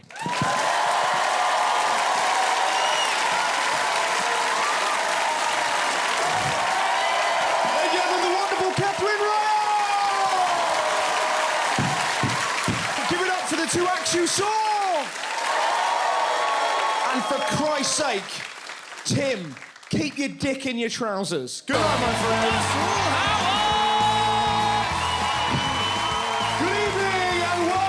Stand-up Central! Basically, it's going to be a show where I'm doing stand-up, I've got 2 guests, and we have questions from you. I like living around here. Do you know what I like? You bump into weird people. And people that have seen my gigs. Like, I did a gig in Leeds, and I was talking about, like, I don't really like having a poo in public, because I don't like the noise that my thuddage makes. I'm embarrassed about it. And I spoke about this in Leeds. Now, a woman had obviously seen me do a gig in Leeds because she came up to me in the street near here and went, I can fix your toilet problem. What are you talking about? You know, you don't like people listening. She was about 50 and just went, paper. What? And she was looking over her shoulder like it was this ancient secret. Paper. Put the paper in the water. cushions the bowl. It gets even better. This magnificent lady had given it a name. She called it, and I quote, the turd hammock. What a human being to meet.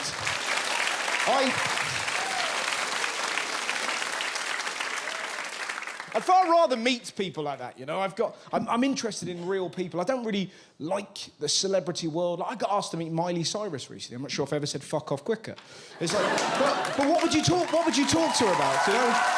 It's like, she invented twerking. Twerking's not a dance. That's what dogs do when they've got arseworms against a tree. She's so depressing. She has to get half naked because her songwriting's so shit, you know?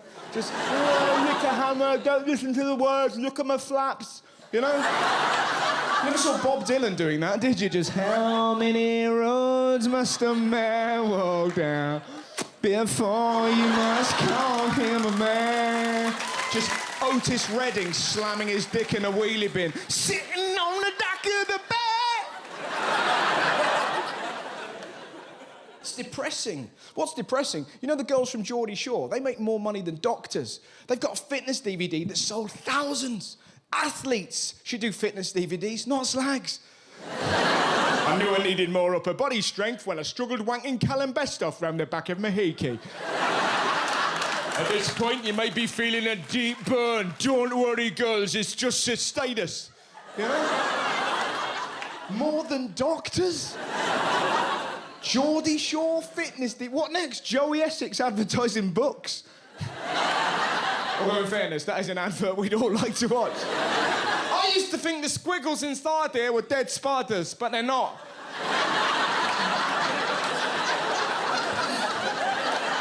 I used to put them on my head and pretend I was a house, but no! Books! With new full stops, I know exactly when to breathe. Weird. This is the part of the show where I answer your questions. I'm really excited. I wonder what riddles you will put towards me as an audience. Number one, what are the chances of me being able to disappoint you sexually? That's from Cameron Joseph Daniel Partridge the Fourth. Well, where are you, Cameron Joseph Partridge the Fourth? Here I am. That's probably not your hand. That's probably your manservant putting his hand out. Looky here. This is where my squire is. Is that really your name? It's an exaggeration. Well, it's not your name then, is it? Wow, who gives themselves their own nickname and makes it that fucking long? What's your real name? Cameron Joseph Daniel Partridge. So it is that. But it's not the fourth. Is that the joke? Is that the big aristocratic wheeze? I'm the seventh. Egg on your face, Howard. Egg on your face.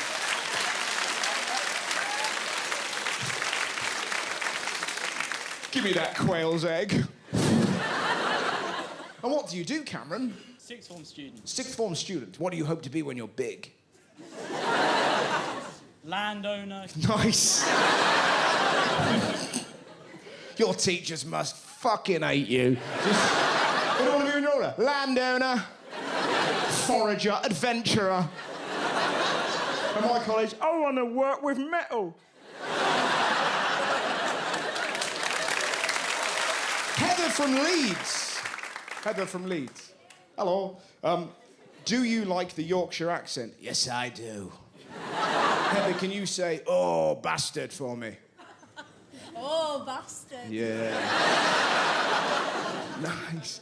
The accent is so sort of wonderfully plummy. It just like, is there ever a world where you and Cameron would ever meet? Yes, there is. I'd buy her family. Huh?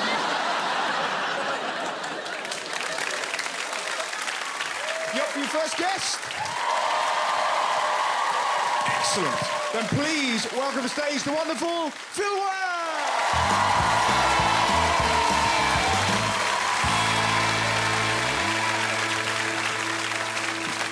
Oh, hey guys. Hey, how's it going? Haha, all right. Yeah, good to hear. Well, what a lot of comedians like to do is they like to start by pointing out like a celebrity they look like. You know, like a weird thing they bear resemblance to. And it's funny, apparently if you look at me, right, and like squint really hard, that's racist, so don't...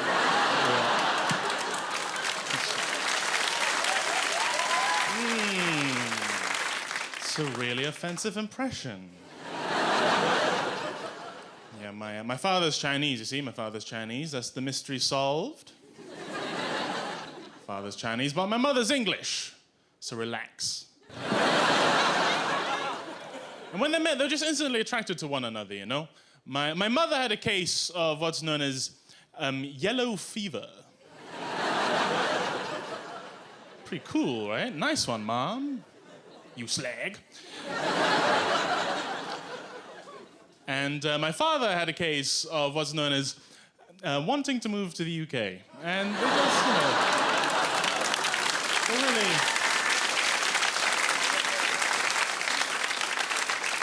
they really clicked, you know, good kids. I like them both. Everyone have a good Chinese New Year? I had a great Chinese New Year, thanks for asking. Good Chinese New Year. Spent it with my family, we had Chinese New Year together. Well, I mean, we just call it New Year. Call us old-fashioned. It was nice. This year we went out for lunch. Went to Chinatown. We went to town. Went to a Chinese restaurant. We went to a restaurant. We went to a Sichuan restaurant, right? Sichuan is a specific Chinese cuisine. Went to a Sichuan restaurant. But the thing is, I told my sister we should go to a dim sum place. I wanted to get some dim sum.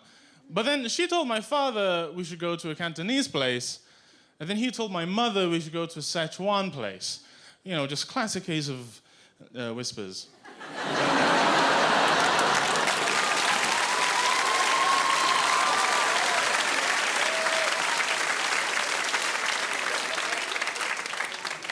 Yeah, naturally I got quite annoyed with my mother for making us go there, so I grabbed her arm and gave her a burn.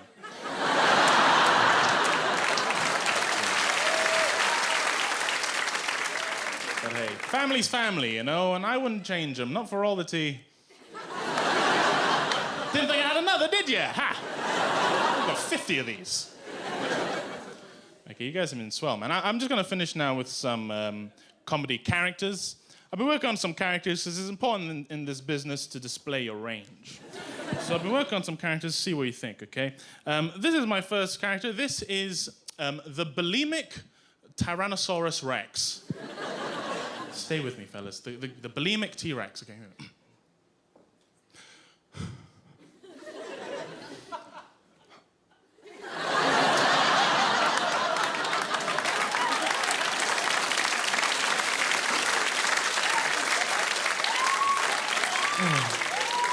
Oh, I'm so fat. And this is the arrogant starfish. And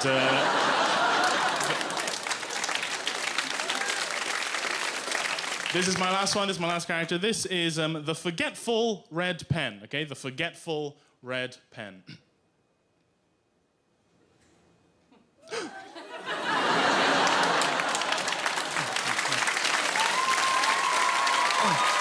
Hey, you guys have been super swell. I've been Phil Wang. Have a wonderful life. Bye. Good night. Yeah.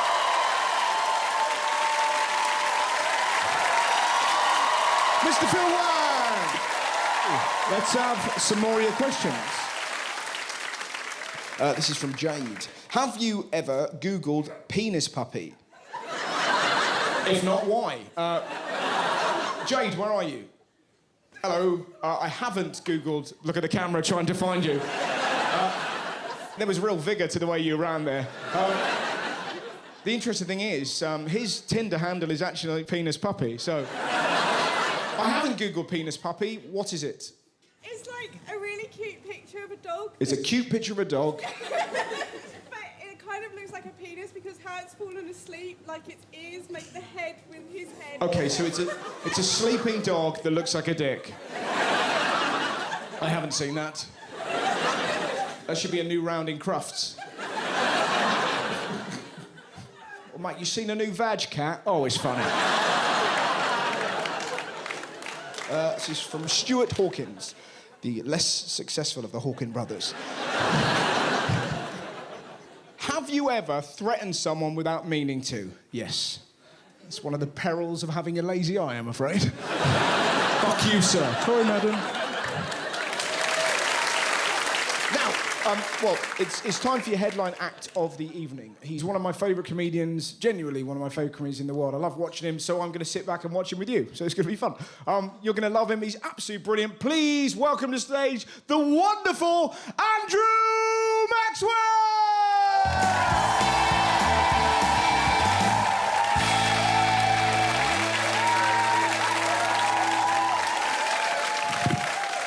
Yay! How are you?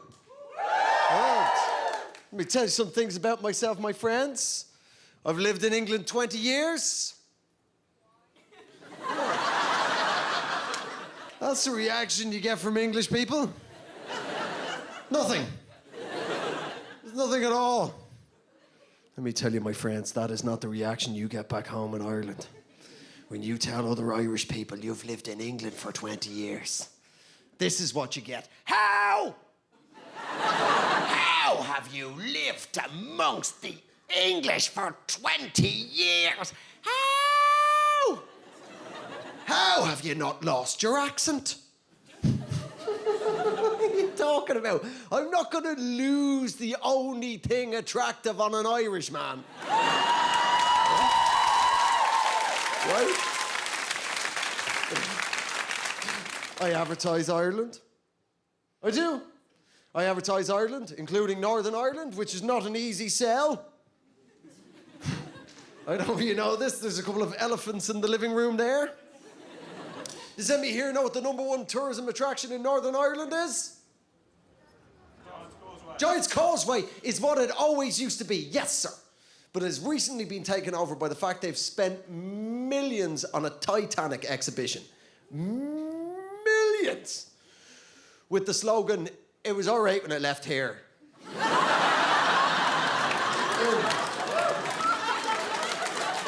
Don't you eat that top yet? Something that British and Irish people have in common is that we're different than anybody else in the rest of Europe. All across our political classes in Britain and Ireland, all the political parties want us to be like somebody, yeah? The buzzy political phrase is the Nordic model. They want us to grow up to be Norwegians. Has anybody ever been to Norway? Beautiful place. I was gigging in Oslo. So nice, so clean, so polite, so well educated, really well run, great environmental protection, great social equality between the genders. Boring as fuck! Oh, God. Oh, God. Until you go somewhere where there's no scumbags, you'd be surprised how quickly you miss them. Just wandering around going, why is nothing on fire? Listen, I have a lot of love for our Germanic cousins. But essentially what British and Irish people are the messy, rowdy people that got kicked out of everywhere else in Europe, heading west. Yeah? I only noticed that years ago. My mates used to live in Munich, right? All my mates from Dublin, they moved to Munich, right? We learned, when you're in Munich, you could see the Alps. We were drinking ourselves to death. So we decided, let's try snowboarding. Yeah? Just a bunch of Dublin scumbags. Let's try snowboarding. So we went up to the mountains and we hired the boards, we hired the boots, and that was it. Other than that, we snowboarded in our clothes. Which seemed perfectly normal to us until we had the reactions from the local, just horrified reactions from the local Germans, just like, what are you doing? You're snowboarding in your jeans. Yeah, they'll dry out. But you've got no goggles, you've got no gloves. We've all got hoods. Why have you all got a bag of cans? Because unless there's a sign specifically saying you can't have a bag of cans, you'd be mad not to bring a bag of cans, wouldn't you? It was there. Like, these people were so nice in Norway. But it turns out there's such a thing as too nice. Right, after 3 days, I just cracked. They were sweethearts like you, lovely people, but I couldn't take it anymore. Which is what happened to you, Norway? You're so nice! What happened to you? You used to be seafaring gang rapists. They're like, boo, boo. I was like, what, too soon? I'm not saying it's a bad thing that your ancestors are seafaring gang rapists. I'm saying it's a good thing. If they weren't, to this day, 8% of Irish people wouldn't be attractive. They're just too nice. It's a couple in the front row, late 30s, early 40s, looked like they were being together a long time, classic breeding age. I turned to the husband or partner, whatever he was, and I went, have you got kids? This is a response I've never had. This guy went, no, we don't have children in Norway. We have hobbies. I couldn't let it go. I was like, what are you talking about? We don't have children, we have hobbies. What kind of hobbies do you have? The guy went, myself and my partner, we have very kinky sex. I was like, do tell, Dirty Balls McGinty, I'm all ears. What are we talking about here? The guy went, my partner, she straddles me. Has anybody ever heard of that? A sexual position known as woman on top. Have you heard of that? I've seen it in a movie, I'll tell you what I saw. Now, from what I could gather, the man doesn't need to do a lot. He's basically a man sat in a chair. He just needs to stay focused and feel grateful. The woman, on the other hand, now, she had her back turned to me, but she was pumping up and down on him from her feet. That's how you do it properly, ladies. None of this lazy from the knee shit. We get nothing out of that. Our Willie's an up-down thing, not a forward-back thing. Grinding the shit out of us like you're trying to change the gear on our balls. Up, down.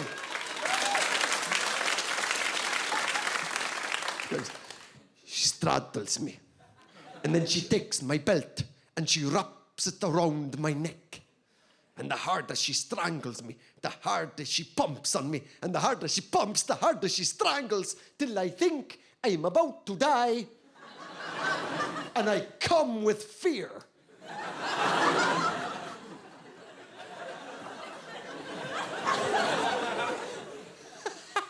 I'm just looking around the room like,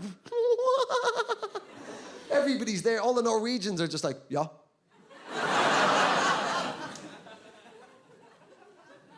You see, here in Norway, here in Scandinavia, we're very open-minded.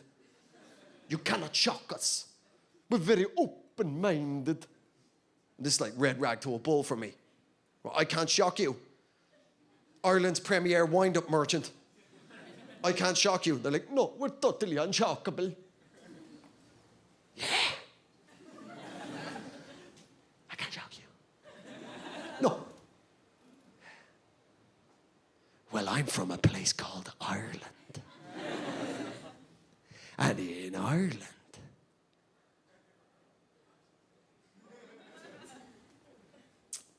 we don't recycle.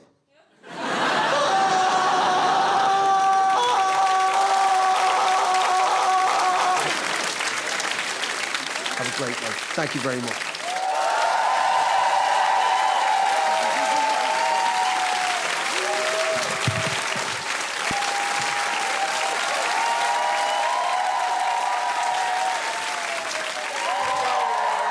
Ladies and gentlemen, Mr. Andrew Maxwell! Thanks very much for watching the show. I'm off to Google penis puppies. See you later. Hello and welcome to Stand Up Central. Now, thank you very much indeed. I have learnt a lot about myself this week. I learnt that my mum pretty much lives to embarrass me. We were in a car on a motorway, stuck in traffic, and this bloke got out of his car, knocked on our window and, "Can I have your photo?" That's fairly weird. It's made even weirder when your mum goes, "Help!" He's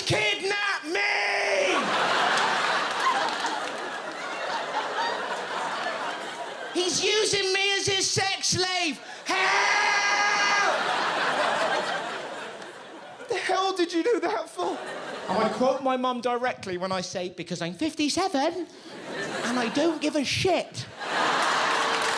She doesn't...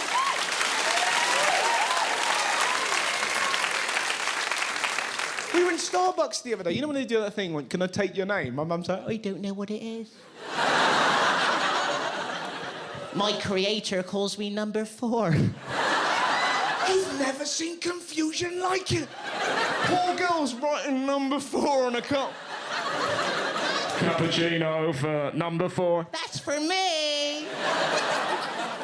This is a woman who last year was pissed on a plane, genuinely going, Ras, look, I'm walking in the air. I went on holiday with her. I don't recommend that. We arrived in Dubai and this bloke was behind the counter. He's like, Mr. and Mrs. Howard, how are you? You're like, whoa. They thought we were a couple. And my mum played up to it for the entire week. I was waiting for her at breakfast one morning. I swear to God, my mum walks in and just went, oh my God, what a night. I've never had sex like it. Shut the fuck up! She told one of the waiters I was a male prostitute that she got cheap because my eyes were lazy. She is an absolute lunatic. Now, well, you seem fun. We've also got questions from you, which I'm very excited about. Number 1, this is from Sam. What is a vagina troll? I do believe that's my brother's Twitter feed. What's the best conversation you have ever overheard? I was once on a train and I heard a man with a really amazing robotic voice called Tom. It's just genuinely the conversation. This bloke was in front of him and he was like, I heard this, he went, you're right, Tom, how are you? Fine. You still seeing that girl? Yeah. We've been on 3 dates. What's her name? Yvonne. Don't you mean Yvonne? And he simply went, oh, God. Pretty much up there. What's the worst Christmas present you've ever been given? I once got 12 spoons from my mum. Last Christmas, from Durex, I got, for free, sent to me, a box full of treats, which were lots of condoms, lots of lube, and 2 vibrators. They obviously saw me on telly and went, he needs help. And honestly, listen to this. There was a note with it, which I would argue is the creepiest thing anyone's ever written. Because it honestly said, Christmas isn't just for kids. And you're like, oh. Somewhere at that moment, an elf died. And they went on to say probably 1 in 10 people want a sex toy for Christmas. Now, that's a lie, isn't it? You open presents in front of your family. Who's there going, way? What have you got now? Butt plug, same here. Ding dong merrily on high. Should have changed the John Lewis advert, innit? Just some old lady ramming a penguin up her ass.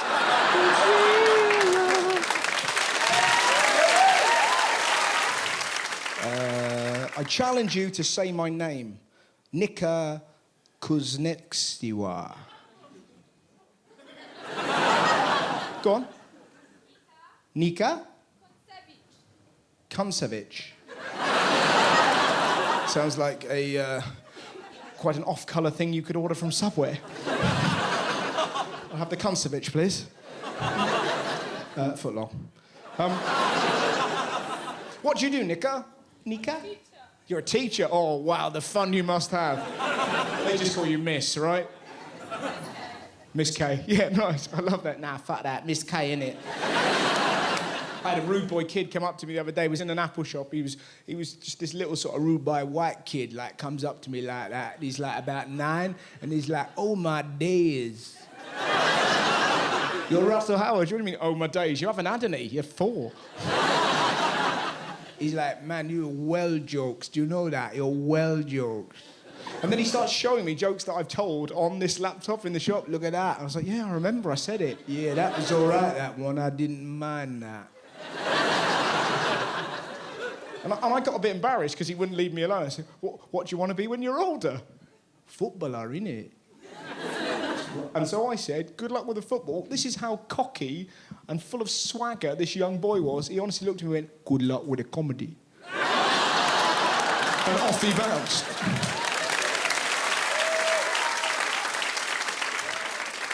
I you afraid Britain will be taken over by horny robot clowns? No. You up for your first guest? Brilliant. Please welcome to stage the absolutely fantastic Shaun McLoughlin!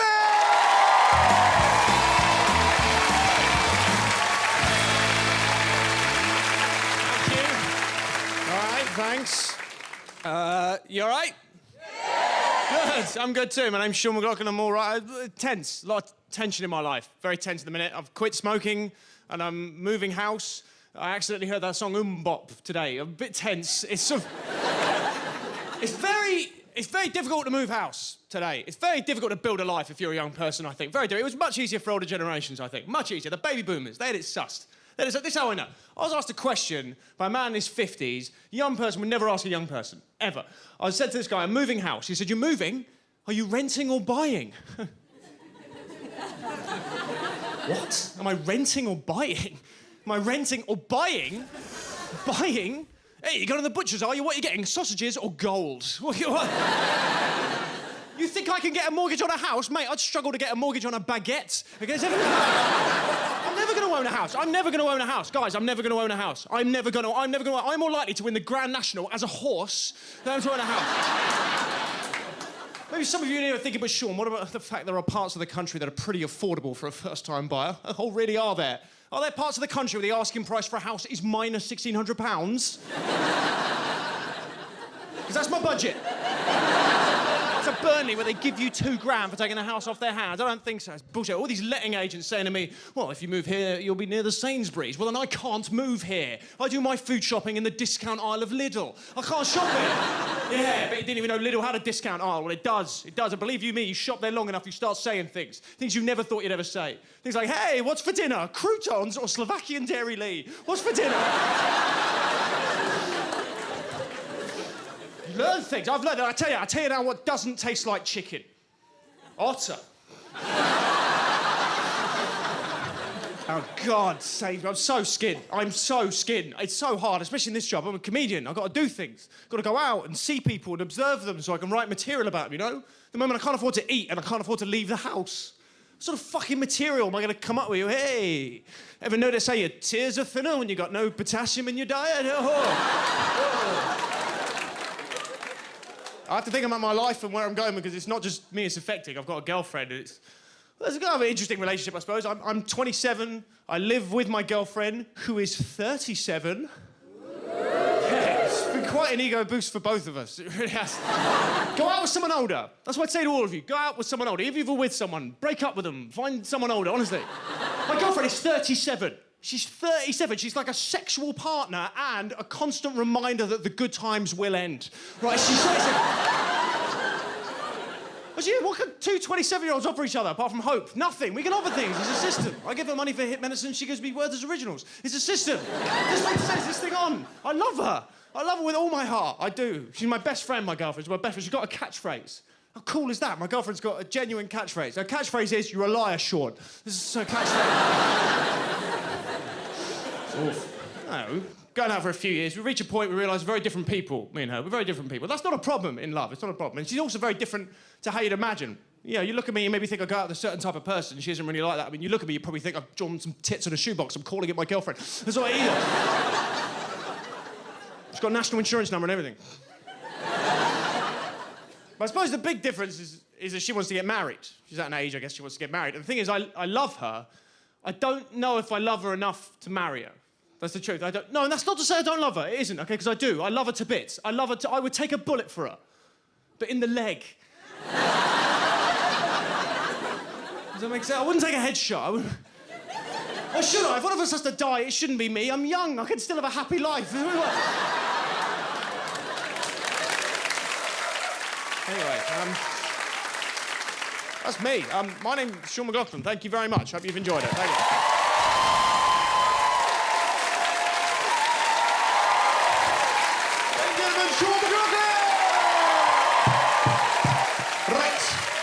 Let's have some questions. Just from Peter. Why is a horse? Okay, well, there's mixed ability in the room, that's right. I don't know, Peter, but I'm guessing there's more problems in your mind. Peter, are you... What? Peter, are you here? Yes. This is the kind of, like, perfect conversation to have with somebody just after they've taken mushrooms. Just kind of... just wander up to them and go, why are fridges called fridges? What do you do, Peter? You're a doctor. Wow. Please tell me that you work in mental health, because you've got problems, mate. Look what I drawn earlier. What the hell's that? Looks like a horse. Exactly! Why? I've got an image of you, fully, you know, dressed in your doctor gear, bellowing at a horse. What are you? Why are you alive?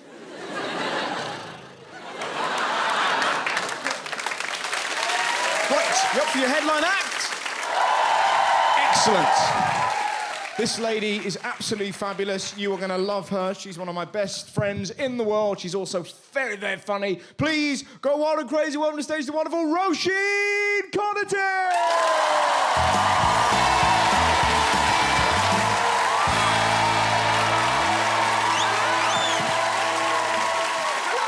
Hello.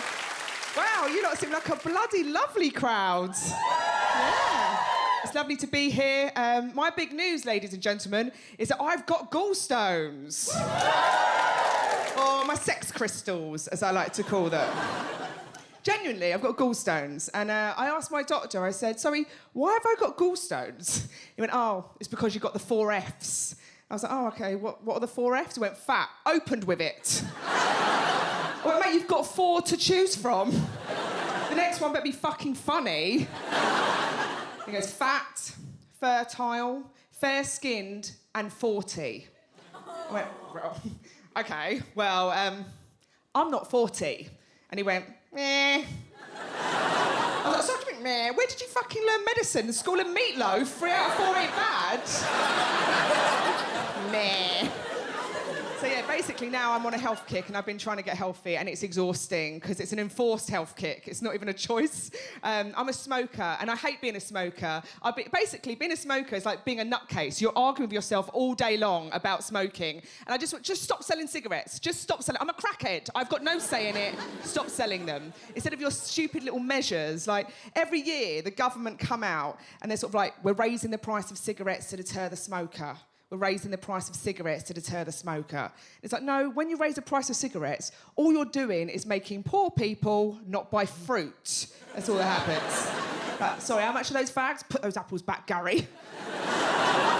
It's ridiculous, because if they use those tactics on something else that was physically bad for you, but that you weren't physically addicted to, it would totally work. If cheesecake became £17 a packet, and they cover the packaging in photos of massive fat guts with mascara-stained tears the whole way down, I wouldn't buy a bloody cheesecake. Because I'm not addicted to cheesecake. I mean, don't get me wrong, I like a bit of cheesecake. But it's not the same, it's not in the same league. You know, I've never been drunk at a party at midnight and gone up to a stranger. Sorry, mate. Sorry to be a pain. I know it's rude and I really hate asking. It's just I'm trying to give up. You haven't got a spare bit of cheesecake on you, have you? I'll give you £1. I've been made to join the gym. I've joined the gym and I don't belong there either.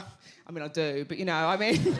I don't relate to the people in the gym. The people in there who look all happy. Like, why are you smiling? It's a shithole. Right, the people in the gym say, yeah, but the thing is, Roche, if you look good, you feel good. That's the thing. If you look good, you feel good. I think that's a very dangerous sort of idea, because it's gone mad, because people are bleaching their own bumholes. Did you know that? Think about that. Bleaching, literally looking for happiness up their own arseholes. OK. They came for the boobs, I said nothing. They came for the vaginas with their glittery little wand sticks. I don't know why people have got so scared of vaginas in the last 10 years. They're like, oh my God, take it all off, colour it in, put some glitter on it, give it some eyes, make it talk. What are you doing? Trying to turn the vagina into a playpen? It's not a playpen, it's a bloody cathedral. People come out of it.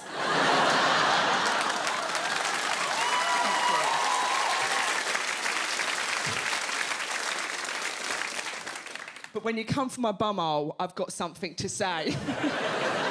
Firstly, how good is everything in your life that you have to go looking for something to blame your malaise on?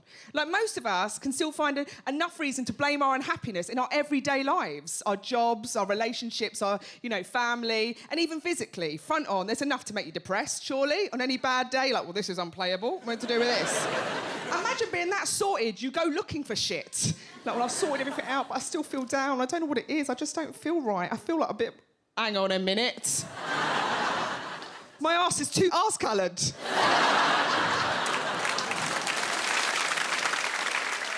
I'm single. Give me a cheer if you're single. I've been single for so long that I make other people uncomfortable. Genuinely, I've been single for 8 years. So this is normally how it goes when I tell people I'm single. I go, oh, I'm single. They go, oh, how long have you been single, Roche? And I go, 8 years. I go, oh. OK, ooh. And what they do is they try and tell me a story about another single person they knew, and it's sort of some weird hope stories. And it's always really eggy. So like, oh, I knew her. Remember Lucy? I worked with her my old job. She was single for a lot. She married a prince and run off. So to make other people more comfortable, I've come up with a thing that I like to say, which is, if anyone asks me if I'm single, I like to say, yeah, I am single, but you know why? I'm just a bit of a lone wolf. It's very cool, right? Right? OK, wolf is the most important part of that sentence. I've tried other animals. You know what's here? I'm a bit of a lonely goat, but here...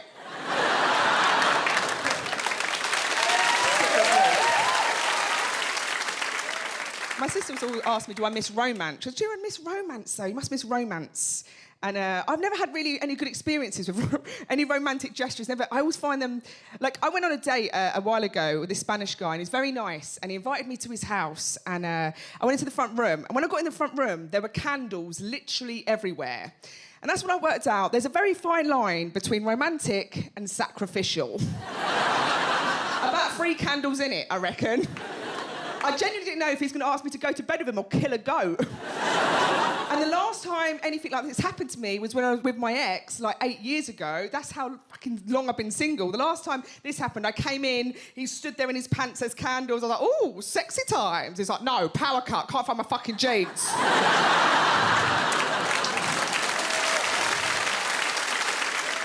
I read this article that said people who have the most successful lives are the people who can make really good decisions in panic situations. They're the decisions that count, not the ones you have time over, like the real panic ones. I'm terrible in a panic situation. I'll give you an example. A while ago, and I'll end on this, I went to bed one night, and when I woke up, down here was on fire. Not a blaze. Like, call the brigade! No, I'd gone to bed, I'd cooked with chilies the night before. I'd gone to bed, hadn't gone out myself. I don't know why I said it like that. Basically, I woke up in a lot of pain. I literally woke up like, herpes has happened. Why? So I jumped out of the bed, ran to the shower, and as you'll know, if you've ever had chilies in your mouth and tried to cure it with water, makes it a lot worse. So I ran out of the shower, ran to the computer, typed into Google, and I wasn't the first, let me tell you that for nothing. There's a lot of chili genital disaster. And what it said you needed, Greek yoghurt. Dairy products, basically. Now, I didn't have any Greek yoghurt because I wasn't anticipating this happening. So I went to the fridge and I made what I now refer to as the executive decision. Don't look at me with your judgy eyes. Imagine your genitals are melting. I went to the fridge and I used a burger cheese slice.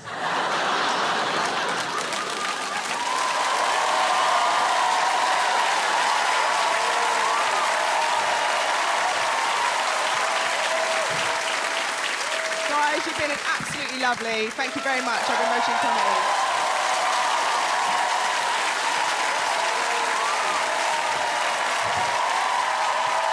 Ladies and gentlemen, Roisin Conaty! for watching the show. Good night, my friends. Farewell.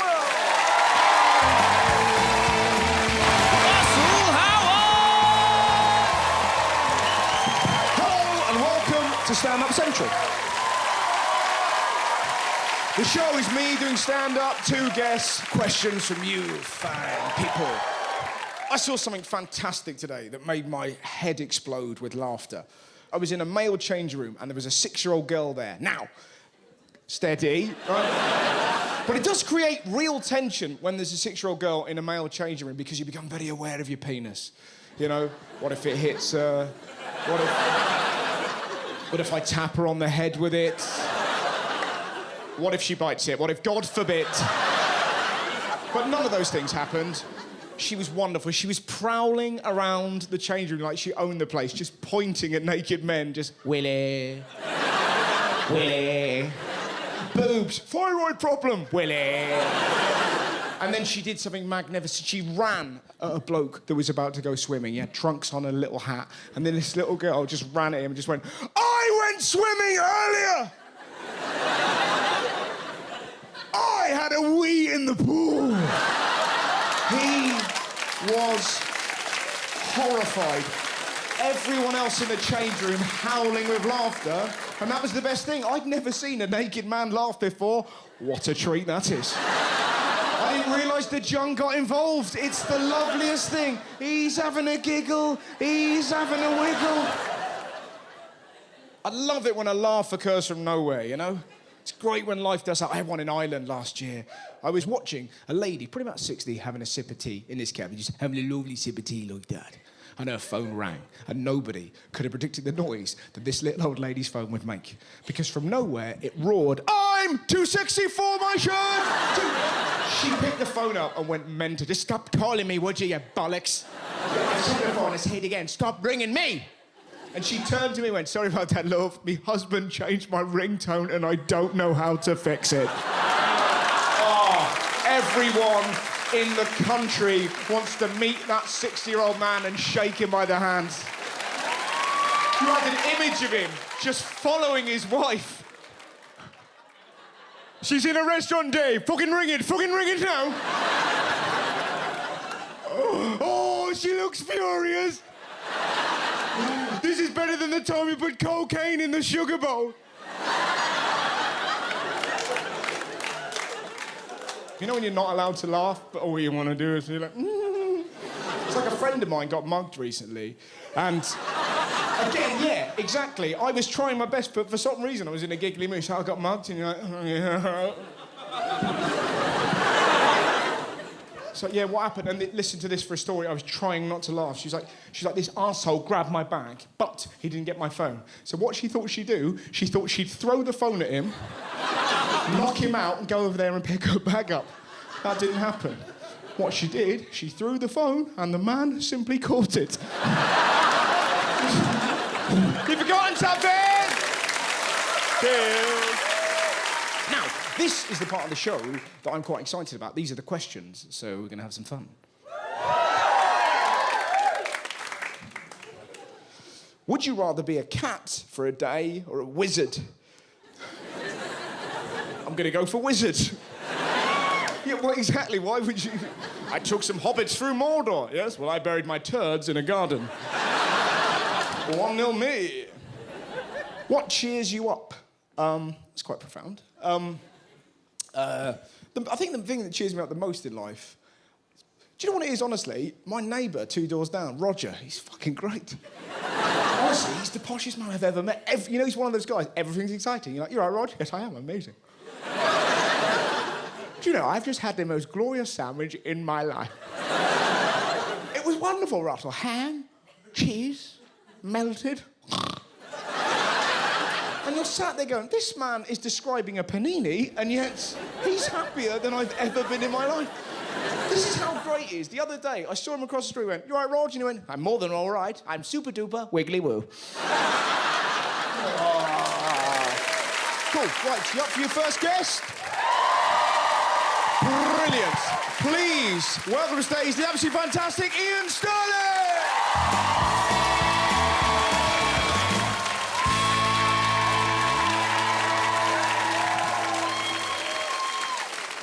Camden, how the fuck are we?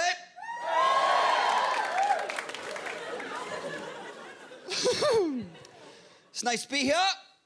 My name's Ian, as you can tell from my accent. I'm not from round here, as you can tell from my accent. I am, in fact, British.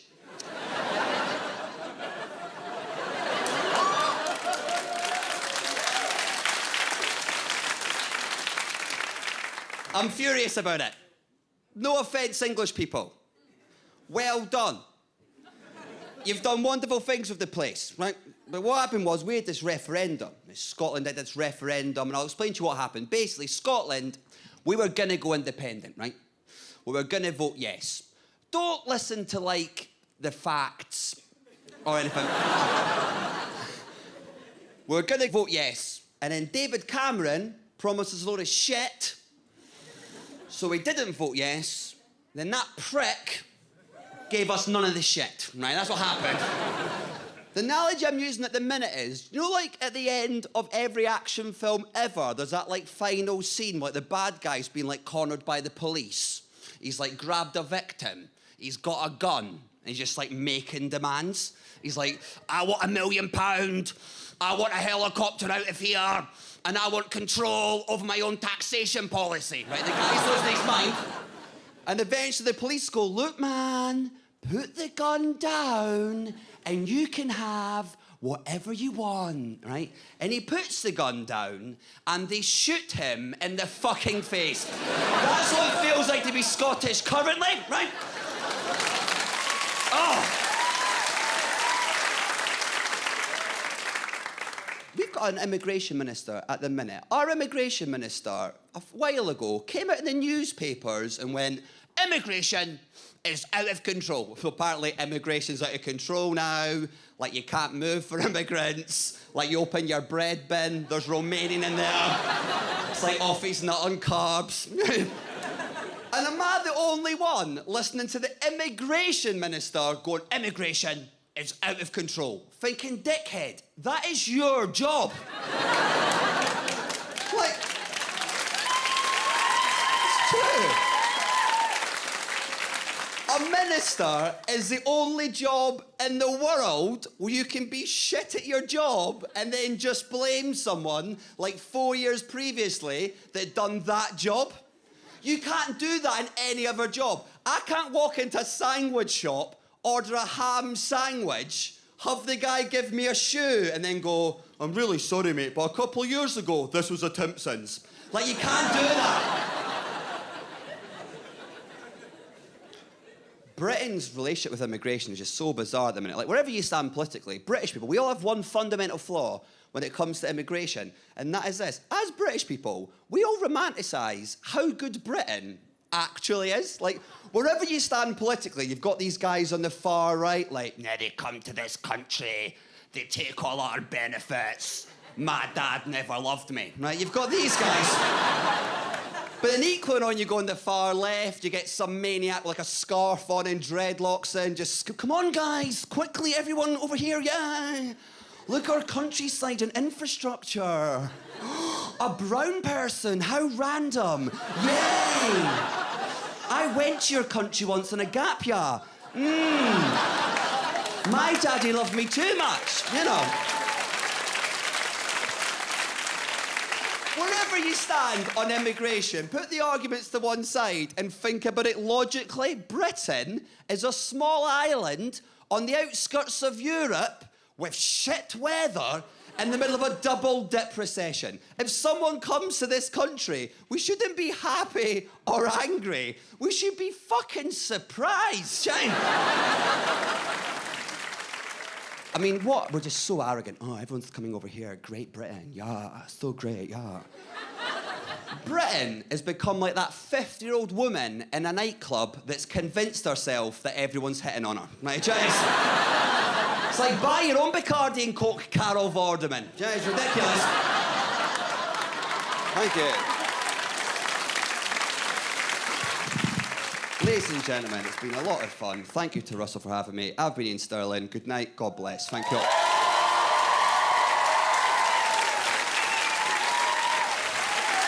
Ladies and gentlemen, Ian Sterling! Let's have some questions.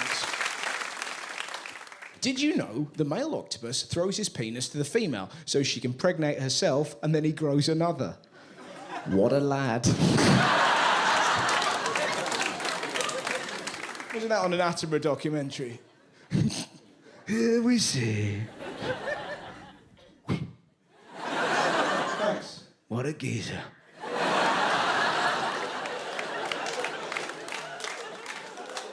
What made you laugh the hardest in your entire life?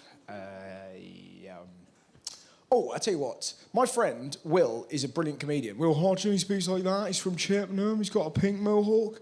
And he came round my house. We did a gig and he stayed round our house and he stayed in my little brother's room, right? This was about 10 years ago. And Daniel had a little sort of tiny room in his bed. And Will and Dan thought each other were both quite odd. And the next morning I went, "You all right, Will?" He went, "No, I'm not all right, man. Your creepy little brother was staring at me all night." So, sorry to hear that. "Yeah, you should be, man." I saw my brother about sort of 10 minutes later. I was like, "What? Are you all right?" "No, I'm not all right.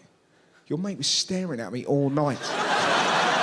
So they'd both been asleep in the darkness. Well, you seem wonderful. Are you ready for your headline act?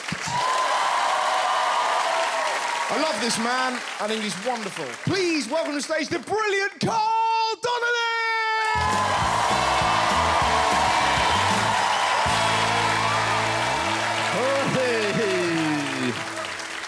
How you doing, all right?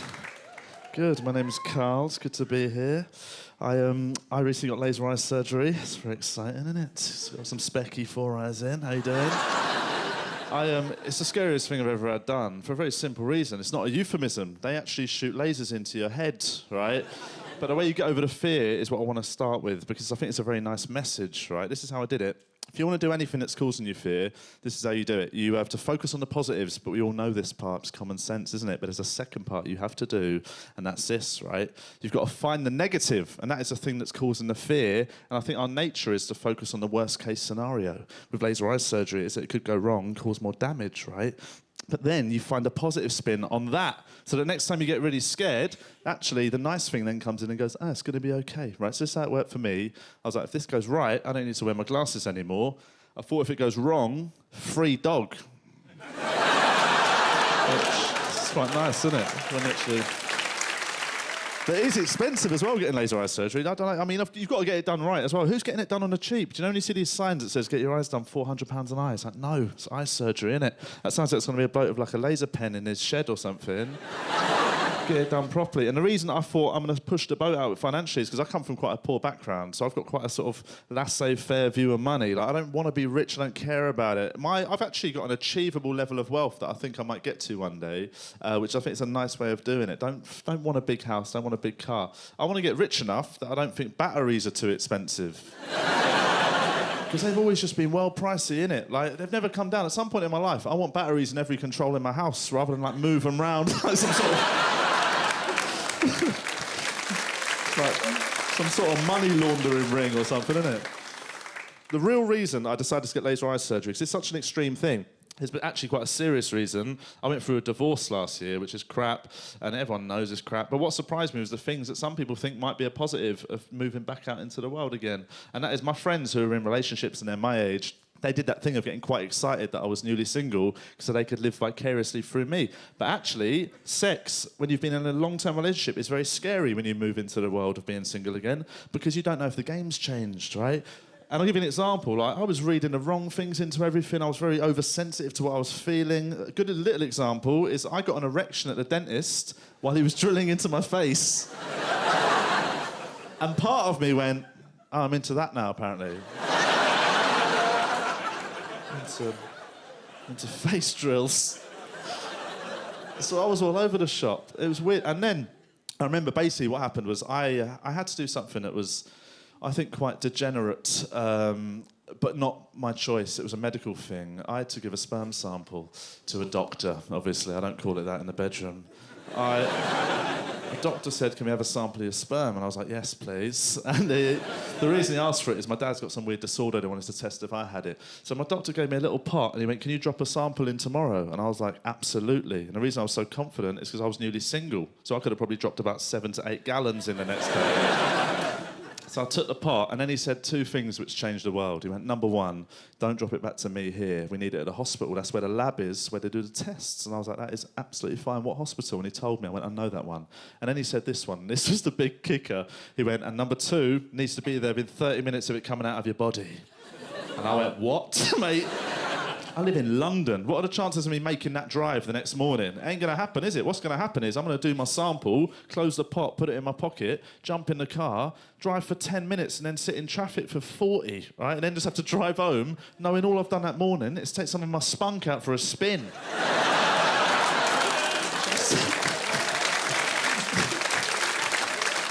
It's not really how I spend my days, to be honest. Wanking in a pot and showing it the sights. Thinking of showing it like, it's Big Ben on the left, guys. So, I said to my doctor, I went, I can't really do that, can I, doc? And he went, well, you know, you've got to. And I was like, well, it must be another option. He went, all right, there is another one. And he said this, and I get it, but he said it in a tone of voice that angered me, because it was like the most normal thing in the world to him. He just really casually went, why don't you masturbate in the hospital toilets? Yeah, and for some reason that angered me to the point that I went, so I'm not a fucking monster, mate. I knew I couldn't really sort of feel comfortable being in a hospital toilet cubicle doing that and then wondering what's going on around me. Like, I might be in a cubicle about to do my sample and there's a ceiling there. What if there's a little old lady dying on a ceiling? Like little old Beryl or Dot or one of them old lady names that they've got. She's just on a bed like... The family are all round her and the priest is giving her the last rites. It's a beautiful but very sad moment. And then 10 foot down is me going... just doing what I've got to do.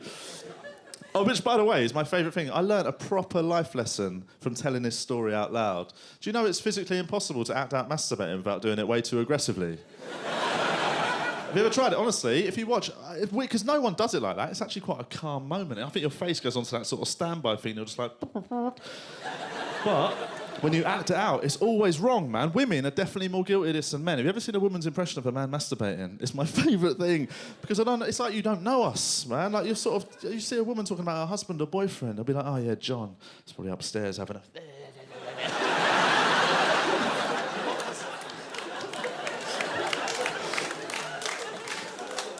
We don't turn into chimps when your backs are turned.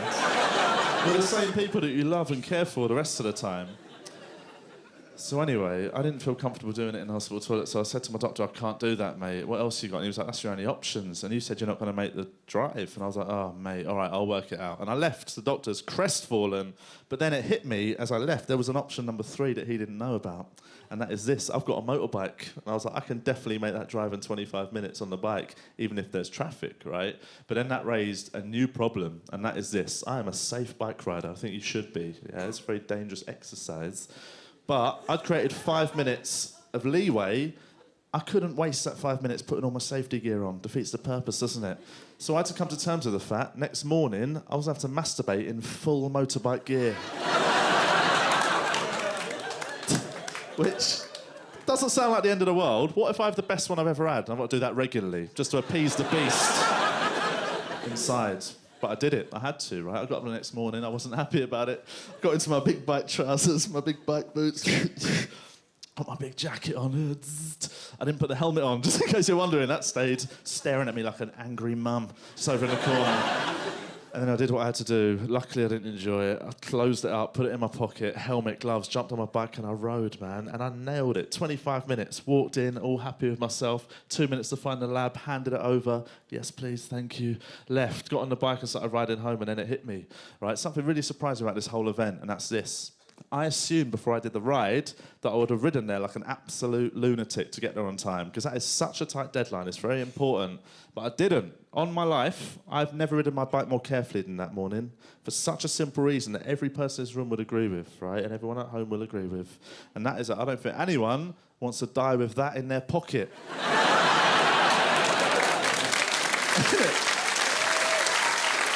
No one wants that to be their end of days. Imagine just being in a heap.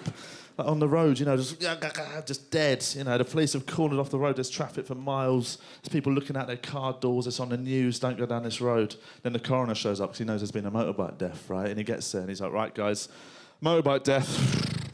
So many people should know about the scene before I take a look. And there's one policeman who's going to be a hero because he's going to be the guy who's got to stand up and go, right, guys, I'll tell him. Okay, mate, look, I think you better come over here for this. We need a bit of quiet. Look, I mean, you've seen more of these than me, so I don't know if this is common, but he's fucking jizzed all over himself.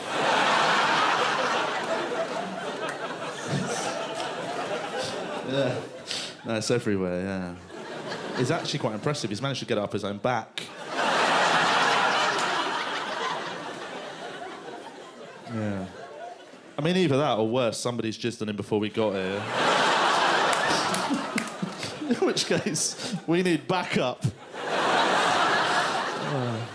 Guys, it's been an absolute pleasure chatting to you. I've been Carl Donnelly. Take it easy. Cheers. Ladies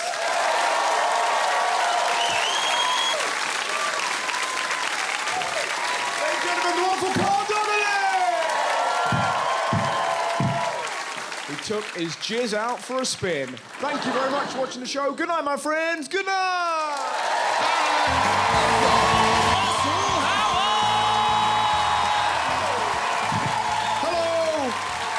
And welcome to Stand Up Central.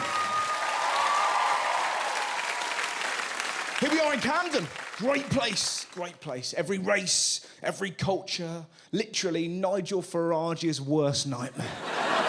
I would love to see Farage just step out of the tube, just who do I hate more? He's such a pointless fearmonger, isn't he? Which is the second worst of all the mongers, you know? It's definitely warmonger, fearmonger, fishmonger. I bring horror. I bring haddock. I don't know why I'm here. I've got no time for divisive politicians, you know? We've got so much in common. We're wonderful. We're all connected. Everyone in this room has lost it with sellotape.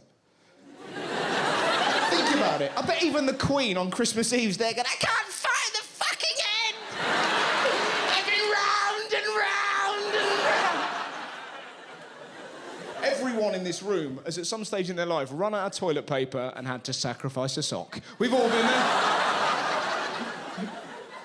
It's a lonely moment. It's in the washing machine. If you listen carefully, just hear it go, ah! We've all drifted into those moments of awkwardness. I had one recently, right? Now, I've got a friend of mine who's 5. That sounds creepy, but he's wonderful. He's called Duncan. He's got Down syndrome. Whenever he sees me, he's like, Ratto! And I go, hey, Duncan, how are you? We have a little hug, and his mum's like, oh, how are you? And I go, oh, not bad. And it's a tiny bit of loveliness that I have in my life. But now, the other day, I went to the dentist. I had 2 fillings. And I said to the lady, how long is it going to be like this? Oh. She said, about 3 hours. Like, oh, brilliant. I step out the dentist, and I see Duncan. Exactly. I'm feeling the same tension that you're feeling now. Because I can see this horrible future where he's like, no, and I'm like, Duncan! And his mum's like, what the fuck? And you're like, no, you don't understand. I'm just been to the dentist. I'm not a bad person. So I did what anyone in this room would do. I jumped into a nearby garden. 34 years old, hiding behind a hedge so I don't break a little boy's heart, thinking, don't get caught, don't get caught. Imagine that, some little old lady, what the hell are you doing in my garden? Trust me, old woman, I need to stay here. Bad things happen if I leave the garden. Why the hell are you wearing one sock? It's a very long story. We've all been there. Let's have some questions. Can you sign my girlfriend's boobs? That's from... Well, there we go. I've had weird stuff happen to me. Like, there was a lady, I did a gig in Norwich recently, and she said, will you sign my dildo? And so I'm not going around your house, and she went, you don't need to. Brandished it like a lightsaber. Yeah, of course I did. Well, you're not going to get an opportunity like that. It was tremendous. I mean, to be honest, you probably can't see it now. It's probably smudged to shit. But... Russell Howard can't write very well. Yeah. Yeah, he can't write.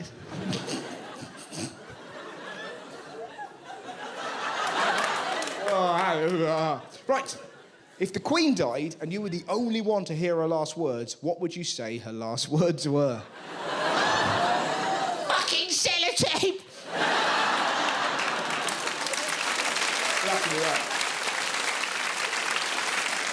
Oh, you could have so much fun. You could tell so many brilliant lies. I want an open casket, and I want to be dressed as Darth Maul. Taser me, it'll be a laugh. Seriously, man, burn my meth lab, burn it. Oh, got it, actually. Scrap all those. This. In West Philadelphia, born and raised, on the playground, I die. So, are you up for your first act? Excellent. Then please welcome to stage the fabulous Charlie Thrigo!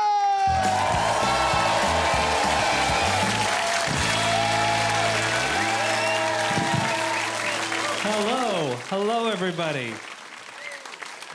Did everybody catch my name there? It's Jarlath. Jarlath is quite a shit name. And you know what I love? I love when American people come to the show and they'll say to me afterwards, they'll go, "Don't say that. It's a beautiful name. What does it mean and where does it come from?" And I will always tell them the same thing. I'll say, it's actually an old Irish name, meaning man who's regularly asked the meaning of his name. You'd be amazed how many times that blows their minds. It's incredible.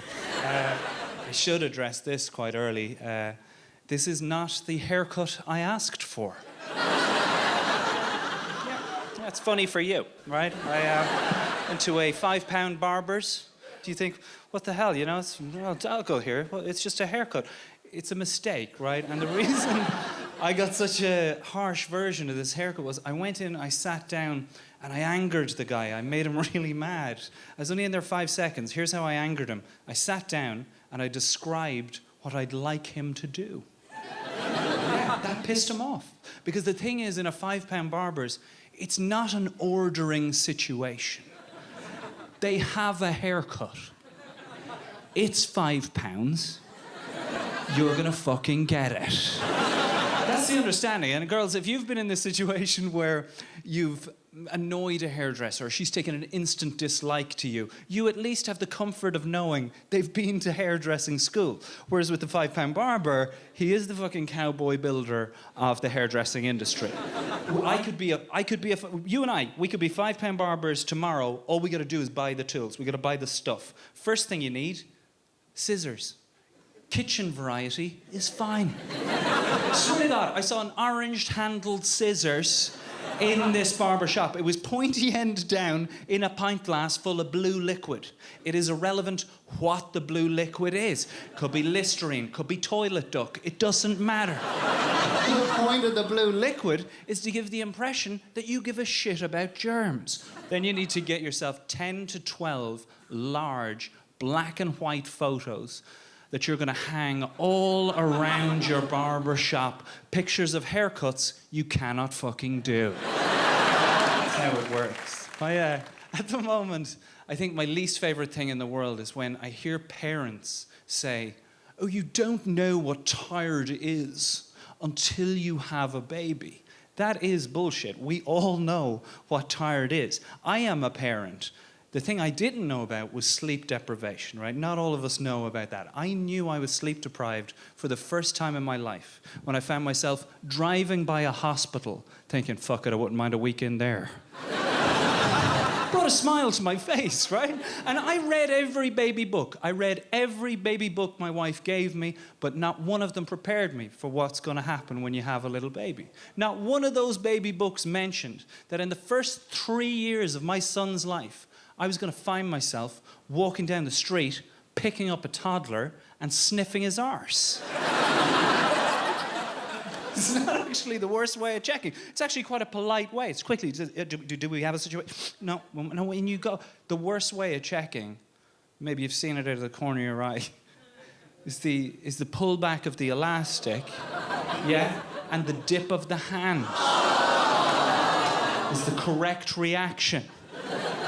The first time I saw that, I watched it like a car crash. I was like, oh, be careful there, watch it. Oh! Like, how much shit would there have to be in your life for you to be willing to do a lucky dip in a shit bag? Here's the other thing I hate. Guys my age with kids saying to guys that don't have kids, don't have a baby, it'll ruin your life. And like, lads say it, they say, girls, you don't know, they're saying it when you're out of the room, and it's annoying, right? I could handle my mates saying it, but when your dad says it to you, that hurts a little bit. Right? And here's the truth, I'll tell you right now, as a father, I'll tell you right now, it's not true. Having a child will not ruin your life, guys. You can do away with that fear. Having a child will not ruin your life, provided you are capable of teaching that child to use an iPad and wait in the car. You can effectively live your life the exact same way that you had been living it. And if you don't believe me, you can come out to the car and ask him yourself after the show. Guys, it's been an absolute pleasure. Thank you so much.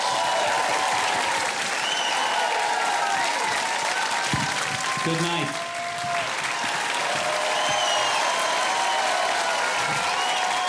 Ladies and gentlemen, Mr. Charlie Threegar! Right. Let's have some questions. If you unscrew your belly button, does your bum fall off? No. It's one of those things you're told as a kid, innit? It's like, Eat your carrots, you'll be able to see in the dark. Bollocks. Why is there so many dead rabbits on the road? or the other one, Don't masturbate, you'll go blind. remember that? That didn't work. Me and my brother really wanted a dog. Hurry up, we'll definitely get one. This is from Michael, who says, cold calling, it's my job, and I love some of the reactions. Okay, where are you, Michael? What are some of the reactions? You can't write something like that. Cold calling, I love some of that. What are they? Oh, don't make me tell. John, what are they? You get old women that are like just complimenting you on your voice. On your voice? Oh, that's quite nice. Have you ever... Yeah, no. Stop talking about the RAC. Just pretend we're at a tea dance. Yeah. Ask me if I want a cup of tea. Go on, say it. Would you like a cup of tea? Yeah. Ask me if I want cake. Do you want cake? You fucking know I do. Listen, love, I'm going to have to hang up, all right? You've got me halfway up the runway. See you around. Nice. Are you ready for your headline act? His name is John Robbins. He is a comedian, an ex-FM DJ. He is my former flatmate. I have many stories about him. But he also has many stories about me, so I shall not say any of them. He's absolutely wonderful. You're going to love him. So please go wild and crazy. Welcome to stage the brilliant Mr. John Robbins!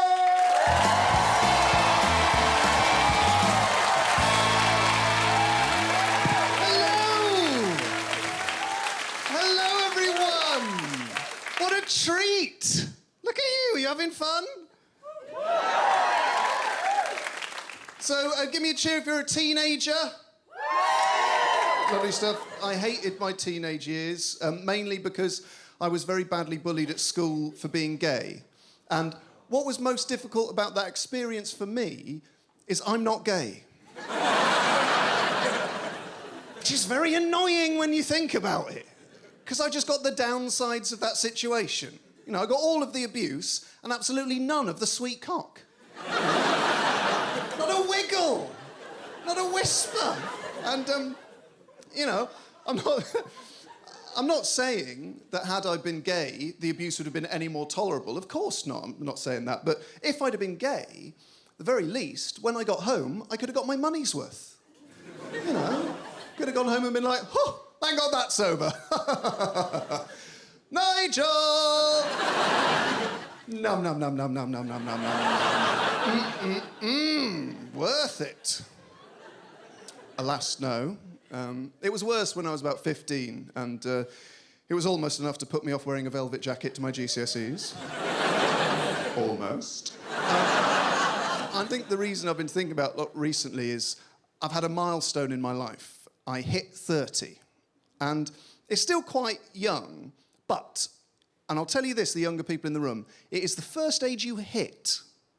I've never hit an age before. It's quite pessimistic language, isn't it? You know, you don't hit 18. You don't hit 21. You reach 18. You turn 21. It's the language of dance. It's like you're in this ballroom of adolescence, just reaching ages, turning, becoming, and you're thinking, oh, this will never end. And then suddenly, halfway through a waltz, bang, fuck, who's this prick? Well, that's 30, that is. Well, he was not invited. And I tell you what, the thing is, now this has started, this is going to continue. I'm just going to start hitting into ages. I've hit 30, next I'm going to hit 40, then I'm going to hit 50, then I'm going to make 60. It starts to get a bit more optimistic when you're really old. By the time you're 80, just driving around in a Hummer, flicking the V's, going, fuck you, statistics! And I didn't recycle. I'll tell you this, the one thing I've noticed about hitting 30 is that my body has started to do things I've not asked it to do. Well, up until now, we've been on the same team. You know, I give it instructions, it carries them out to the best of its capabilities. But recently, it's been chucking in the odd curveball. Now, that's not the specific complaint I've got. But I'm going to tell you about one of the things that happened. And I just moved to London about 2 years ago, and I was walking around, and I had this pain in my foot, and it was really bugging me, and I thought, oh, I've twisted my ankle, or I've slept on it weird or something, I'll just ignore it. It didn't go away.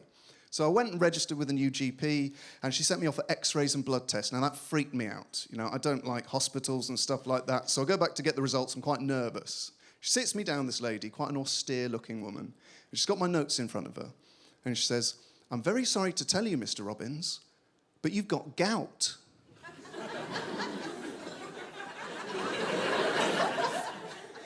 I was absolutely stunned. She said, you seem surprised to hear you've got gout. I said, yes, I am. Because I'm not from the 17th century. She said, well, you are a bit young to have gout. I said, yeah, about 250 years too young. I can't have gout, I'm not in a Dickens novel. My surname's not Pumblechook. She said, don't worry, there are 3 things you need to avoid if you've got gout. Now, whenever a GP says there are 3 things you need to avoid, they are always lovely things. They're never shit things. No GP has ever said, well, 3 things you need to steer clear of, Ryvita, fresh vegetables, and jogging. So I'm sort of strapping in for this. I'm like, all right, what are the 3 things going to be? She says, the first thing you need to avoid, Mr. Robbins, is alcohol. Now, gutting. Absolute hammer blow. But I was expecting that one. I'm not an idiot. I've read The Diary of Samuel Pepys. I've got a working man's knowledge of gout. Problem with booze is what do you replace it with? You know, I'm not a doob monger. Nor do I ride the Chinese highway. By which I mean I don't take drugs. I'm guessing because I don't have the vocabulary to oversee a transaction, so I end up making a fool of myself. The last time I was off booze, briefly, I replaced it with coffee. I became one of those slightly tedious coffee ponces, you see. But I learnt a lesson there, because I learned if you become known as a coffee lover, then for Christmases and birthdays, your friends and family will buy you an increasingly bizarre array of contraptions that mean the process of making coffee becomes more difficult. To give you an example, for my 30th birthday, my best friend got me a hand-operated coffee bean grinder. I've never been to a Sainsbury's, seen the pre-ground coffee for sale and thought, that's not for me. What I'm interested in is how the Amish would make that. I would argue getting someone who likes coffee a hand-operated coffee bean grinder is the equivalent of getting someone who likes steak 2 hectares of arable land and an extensive guide to EU farming subsidies. So anyway, I'm thinking, OK, come on, John, maybe this is the kick up the arse you needed. She says, the second thing you need to avoid, Mr. Robbins, is cheese. And I said, out loud, to a respectable GP in her late 60s, what the fuck, mate?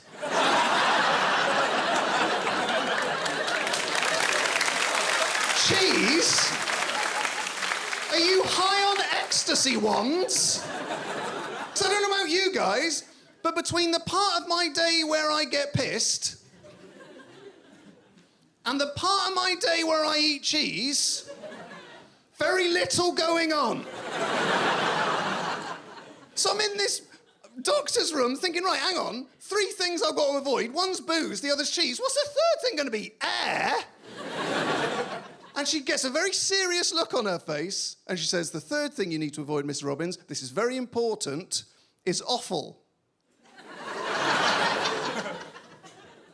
Well, I tell you what. If I didn't damn near spit that pig's ear clean out of my mouth. No more offal! You can't imagine it, what it's like. Some of you don't even know what it is. That's because you weren't born in the Blitz. Offal, the dictionary definition of offal, is the organs and entrails of butchered animal carcasses. I had to do a bit of soul searching. Gout's a very serious condition. And after asking myself some pretty difficult questions, I decided to cut offal entirely out of my diet. I'm not going to make you imagine what that's like. It's my cross, and I bear it. And I'll tell you how I bear it. Pissed and covered in cheese. Thank you very much, folks. I've been John Robbins. Good night, bye-bye!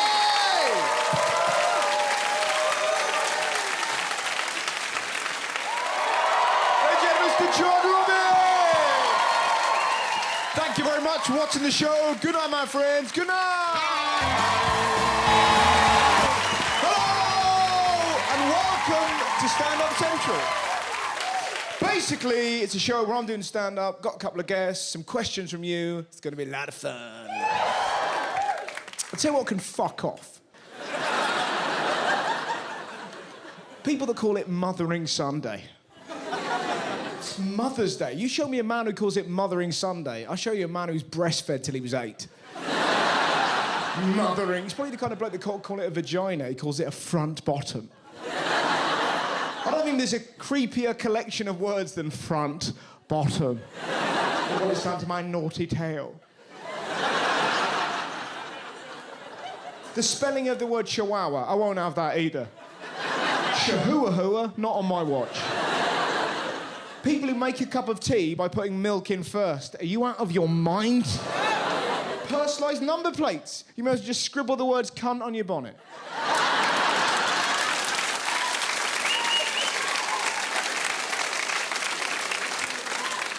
Channel 4 documentaries, really well-meaning, and they give them horrific titles. Next up, a look at obesity in modern China. Please enjoy Wu ate all the pies. And you're like... Blokes who want to be applauded for pointing out the obvious. I heard this man in Shoreditch say the other day, I don't think there's ever an excuse for you to hit a woman. And you're like, really? Thank God you said that. Because until you came along, I was going to knock my nan's teeth out with a hammer. But luckily, Captain Edgy, with his newfangled ideas, came along and blew my mind.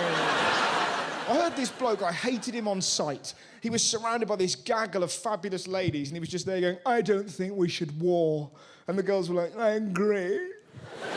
And he said this, he went, we should be like bonobo chimps. They don't war, they don't fight, they settle arguments by making love. And the girls were like, that's a wonderful idea. And he was like, I know. But yeah, that is a wonderful idea until you have a row with your family, and then that is going to be the worst night of your life. I think it is how you should spell chihuahua. Stop it, Dad, stop it. I went to the West Country at the weekend, which is always a treat. Yeah, one whoop for everyone else. It's not London, is it? It's not London. London, city of hate. It's brilliant. It's the only place in the world where if someone throws himself in front of a train, people go, you selfish fucker. I'm going to be late for the job I hate. The West Country isn't like that. It's fabulous. Just surrounded by weirdos. I love it. Like my Uncle John. My Uncle John's probably my favourite person in the world. Lunatic. I remember when I was 14 years old at a wedding, he went, here's a tip. If you're going to use a safe word, make sure it's short. And he told me a story that he was with a dominatrix who was trying to choke him and he was trying to say the word rhododendron.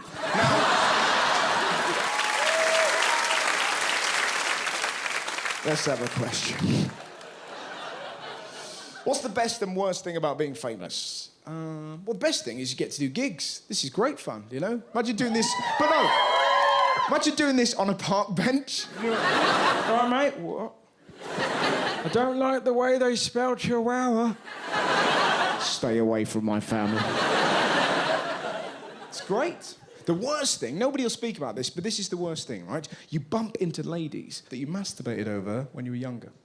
No, I don't say that as a brag. It's unbelievably awkward because you're 15, Kylie Minogue's lovely, you gently touch yourself, as 15-year-old boys are allowed to do. You think to yourself, it's not like I'm going to be sat next to her on Jonathan Ross in 15 years' time.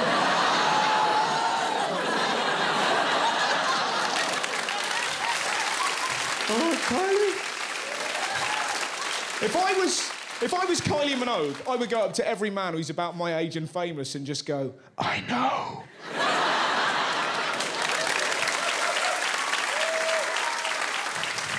It is time for your first act of this evening. You up for that, my friends?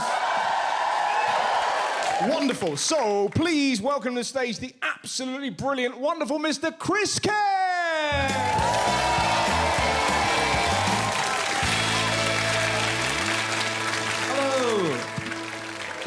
Thank you very much. It's great to be out doing something, isn't it? I find it hard to sleep at night time, which is a shame, because it's quite a popular time to do a bit of sleeping. My mother said to me, Christopher, she said, if you're finding it hard to sleep, you should try counting sheep. So I said, I'll give it a go. The only trouble is I have a very vivid imagination. So I closed my eyes and I started to count the sheep. And I would say I got up to about 4 or 5 sheep, and then I couldn't really control them. They were running all over the place. One of them is changing colours. And I know there's nothing I can do about him. So then I had to imagine building a pen, and that actually took a while to imagine, because I'm not very handy, like, you know. There for ages trying to pick the wood. And then after all that work, I remembered, sure, I have no experience herding sheep whatsoever. So then I had to imagine putting an ad in the paper for a sheepdog, and by the time someone answered that ad, it was time to get up, you know? So I was up all night imagining stuff. And I shared a room with my brother, growing up as well.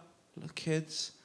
Football crazy, you know? We got home from school one day, and my mother got us a poster of our favourite footballer at the time, Ryan Giggs. What a lovely thing to do.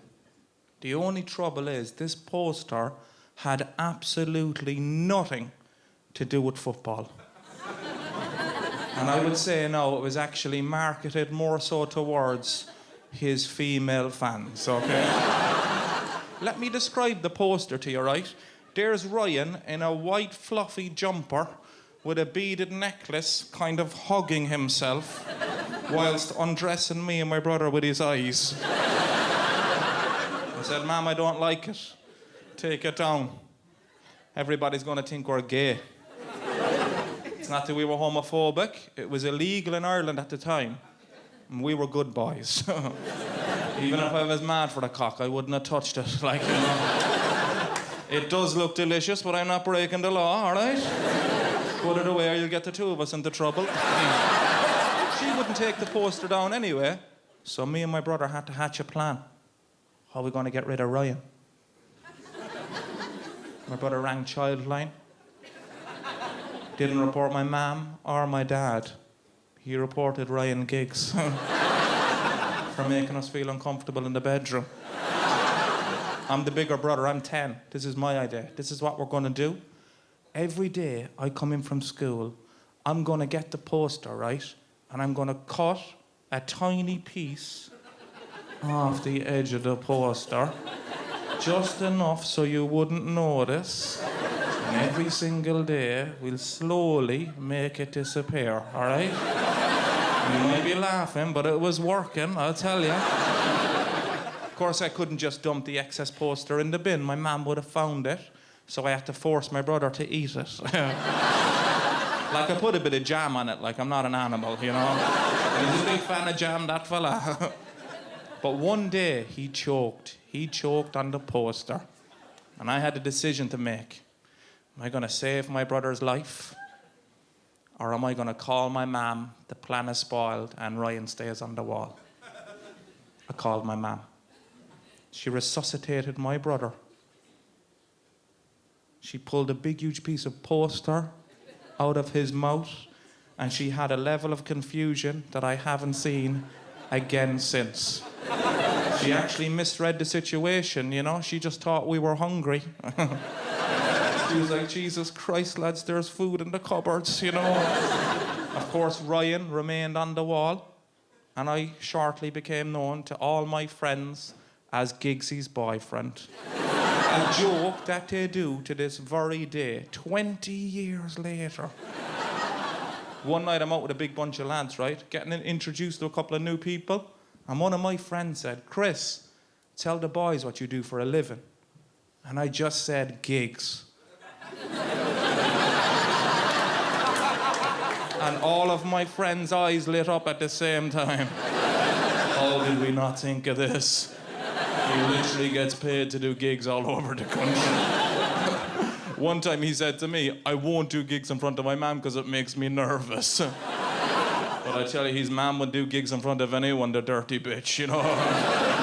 So you have been absolutely lovely, guys. Thanks a million for listening to me. Cheers, thank you. Thank you. Ladies and gentlemen, the wonderful Mr. Chris Kerr! Let's have some more of your questions.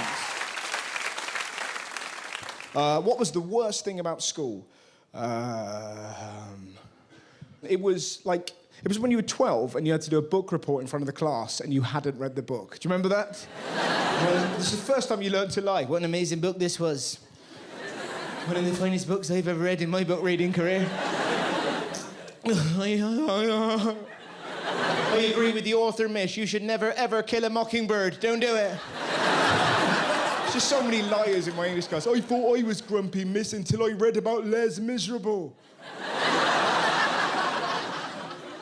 Or show and tell. Show and tell was horrible. Show and tell should have been called Who's the Poorest in the Class? Because there was always some arsehole, these are rollerblades, Dad got them from LA. This is a stick.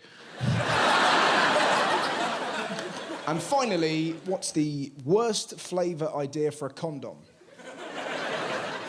Penis.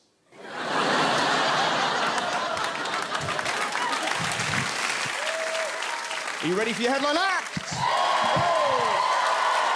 It's very good. He's very funny. Please welcome to stage the brilliant Nick Hare!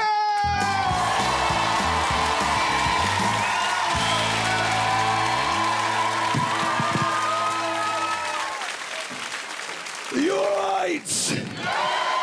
Are you all right? Are we all right? Happy New Year! Hey, Happy New Year! Am I right? Happy New Year! Yes! How many of you pricks have I seen this year? None of you! It'd be rude if I didn't come out and say Happy New Year, wouldn't it? Happy New Year! I used to work in a pub. In St Albans called the Glass House. Anyone ever been to the Glass House in St Albans? No, of course you haven't. No, you haven't. Stop fucking lying to get on telly. I used to work in a pub called the Glass House. We had very low self-esteem in the Glass House. One night, vandals came along and they stole the G and the L off the sign, and we just worked there for 6 months. Yeah, about 8 people laughing there because you're the only people that can be bothered to subtract G and L off Glass House.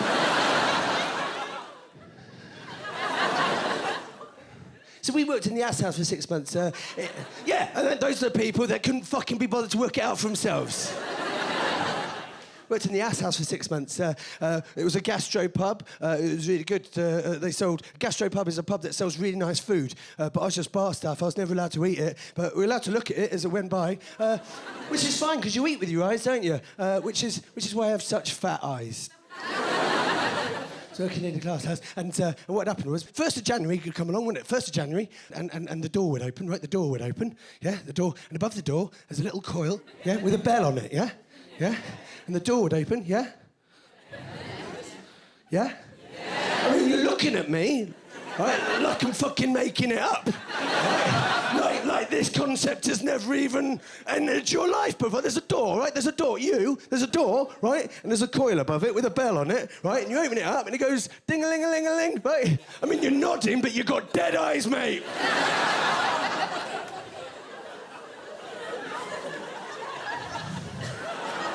So you open the door, right? 1st of January, door opens, and a bell on the door goes, what does it go? Ding-a-ling-ling. Ding-a-ling-a-ling-ling. You're missing a ling there, right? You taking the fucking piss or what? All right, everyone's going to do it except you. Right, door opens, January 1st, catches the bell, it goes... Yeah. Landlord's out the back, he sticks his head round, he goes, Happy New Beer! Ha, ha, ha, ha. Bit later on, door opens, it goes... Happy New Beer, door opens, doesn't it? Happy New Beer, Happy New Beer, Happy New Beer, Happy New Beer. Fun with words. Anyone here smoke? Yeah. Yeah. 5 of you. That's statistically impossible. Yeah, all right, okay, if you want to make it a witch hunt, we'll make it a witch hunt. Right? Do you smoke?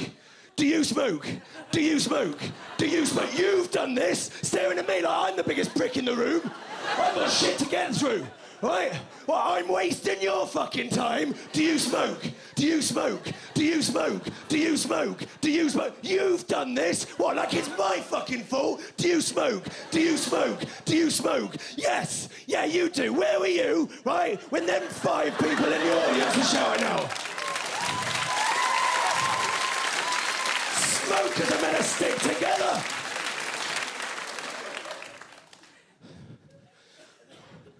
I've given up smoking. I remember when I started smoking, my dad caught me. He caught me smoking cigarettes. He made me smoke the entire pack. And the next week, he found me with a kilo of cocaine, 6 beers, and a pipe of Pringles. It was a fantastic weekend. I gave up smoking relatively easy, but then I did end up putting on a lot of weight, and it was pretty pathetic. When I ran for the bus, I'd get on the bus, and pregnant women would stand up for me to sit down. I just saw a glimpse of my future, where I just keep gaining weight, sitting in my bedsit, licking the barbecue lid off the McDonald's barbecue sauce like it's a fucking yoghurt. Gaining weight until the dimensions of my body, fit exactly into my bedsit, where you just like knock open the door and use that as some sort of toilet hole. Eventually you die in there, die in your own bedsit. And the fireman would come along, and they'd cut off the front of the building, and they'd grease the lining with butter, which is ironic because that was one of the contributing factors of your death. Now I'd be bloated, cubed, dead, and trouserless. And the fireman would be there and they'd go, oh, what a waste. Which would work on 2 levels, right? What a waste and what a waste, yeah? Fun with words, yeah? Sometimes jokes are better when you explain them to the idiots. I was working in a pub, and it was just before the smoking ban came in, right? Just before the smoking ban came in. I was working in a pub, just polishing the old bar. There was one customer leaning on the bar, having a cigarette. Yeah.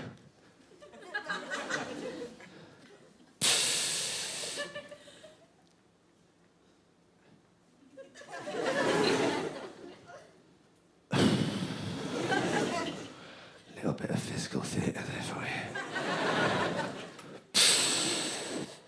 He said, I suppose we won't be able to do this for much longer.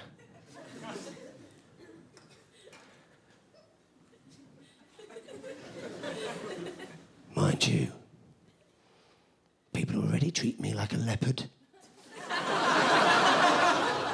Treat you like a fucking leopard, are they? Who are you, the famous leopard man of St Albans? Make way, one and all, for the leopard man of St Albans. Treating you like a fucking leopard, are they? Treating you like a leopard. Make way for the famous leopard. I hate you, and all you stand for. You're the only customer. I could be out and about reading, but instead I gotta pretend to be enjoying your fucking company. The famous leopard man of St Albans. Jesus Christ, man. Everybody point and boo the famous leopard man of St Albans. Everybody point and boo. Everybody point and boo the famous man. Nobody likes you, mate. Nobody likes you. I hate you. I hate you and everything you stand for. But then I thought about it. And if you did see a leopard in a public space, you would avoid him. So he's quite right, isn't he? Rather than getting a phrase wrong, he just gave a new spin to an old classic, didn't he? He was having fun with words, wasn't he? There wasn't one person in this room that didn't judge him. There wasn't one person that didn't 100% commit to pointing and booing at the leopard man of St Albans. Yeah, we're all as guilty, aren't we? You should be fucking ashamed of yourselves. You're pathetic. You saw one person, tried to do something a little bit different, a little bit special, and your mob mentality just jumped on him and tried to tear him down. The lovely, clever leopard man of St Albans. And it was a room of people like this tonight that nailed Jesus to a piece of wood.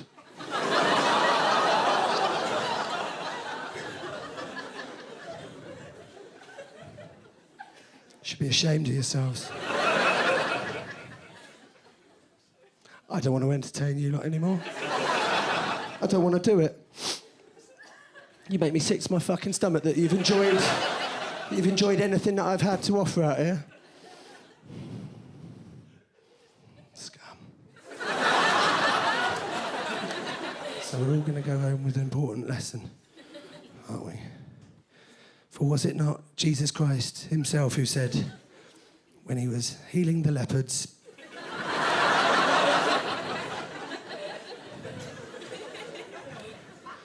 that people in ass houses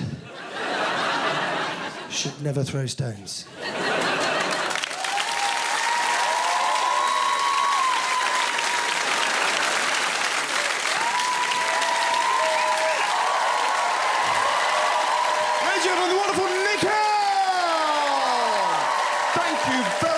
Watching the show. Good night, my friend.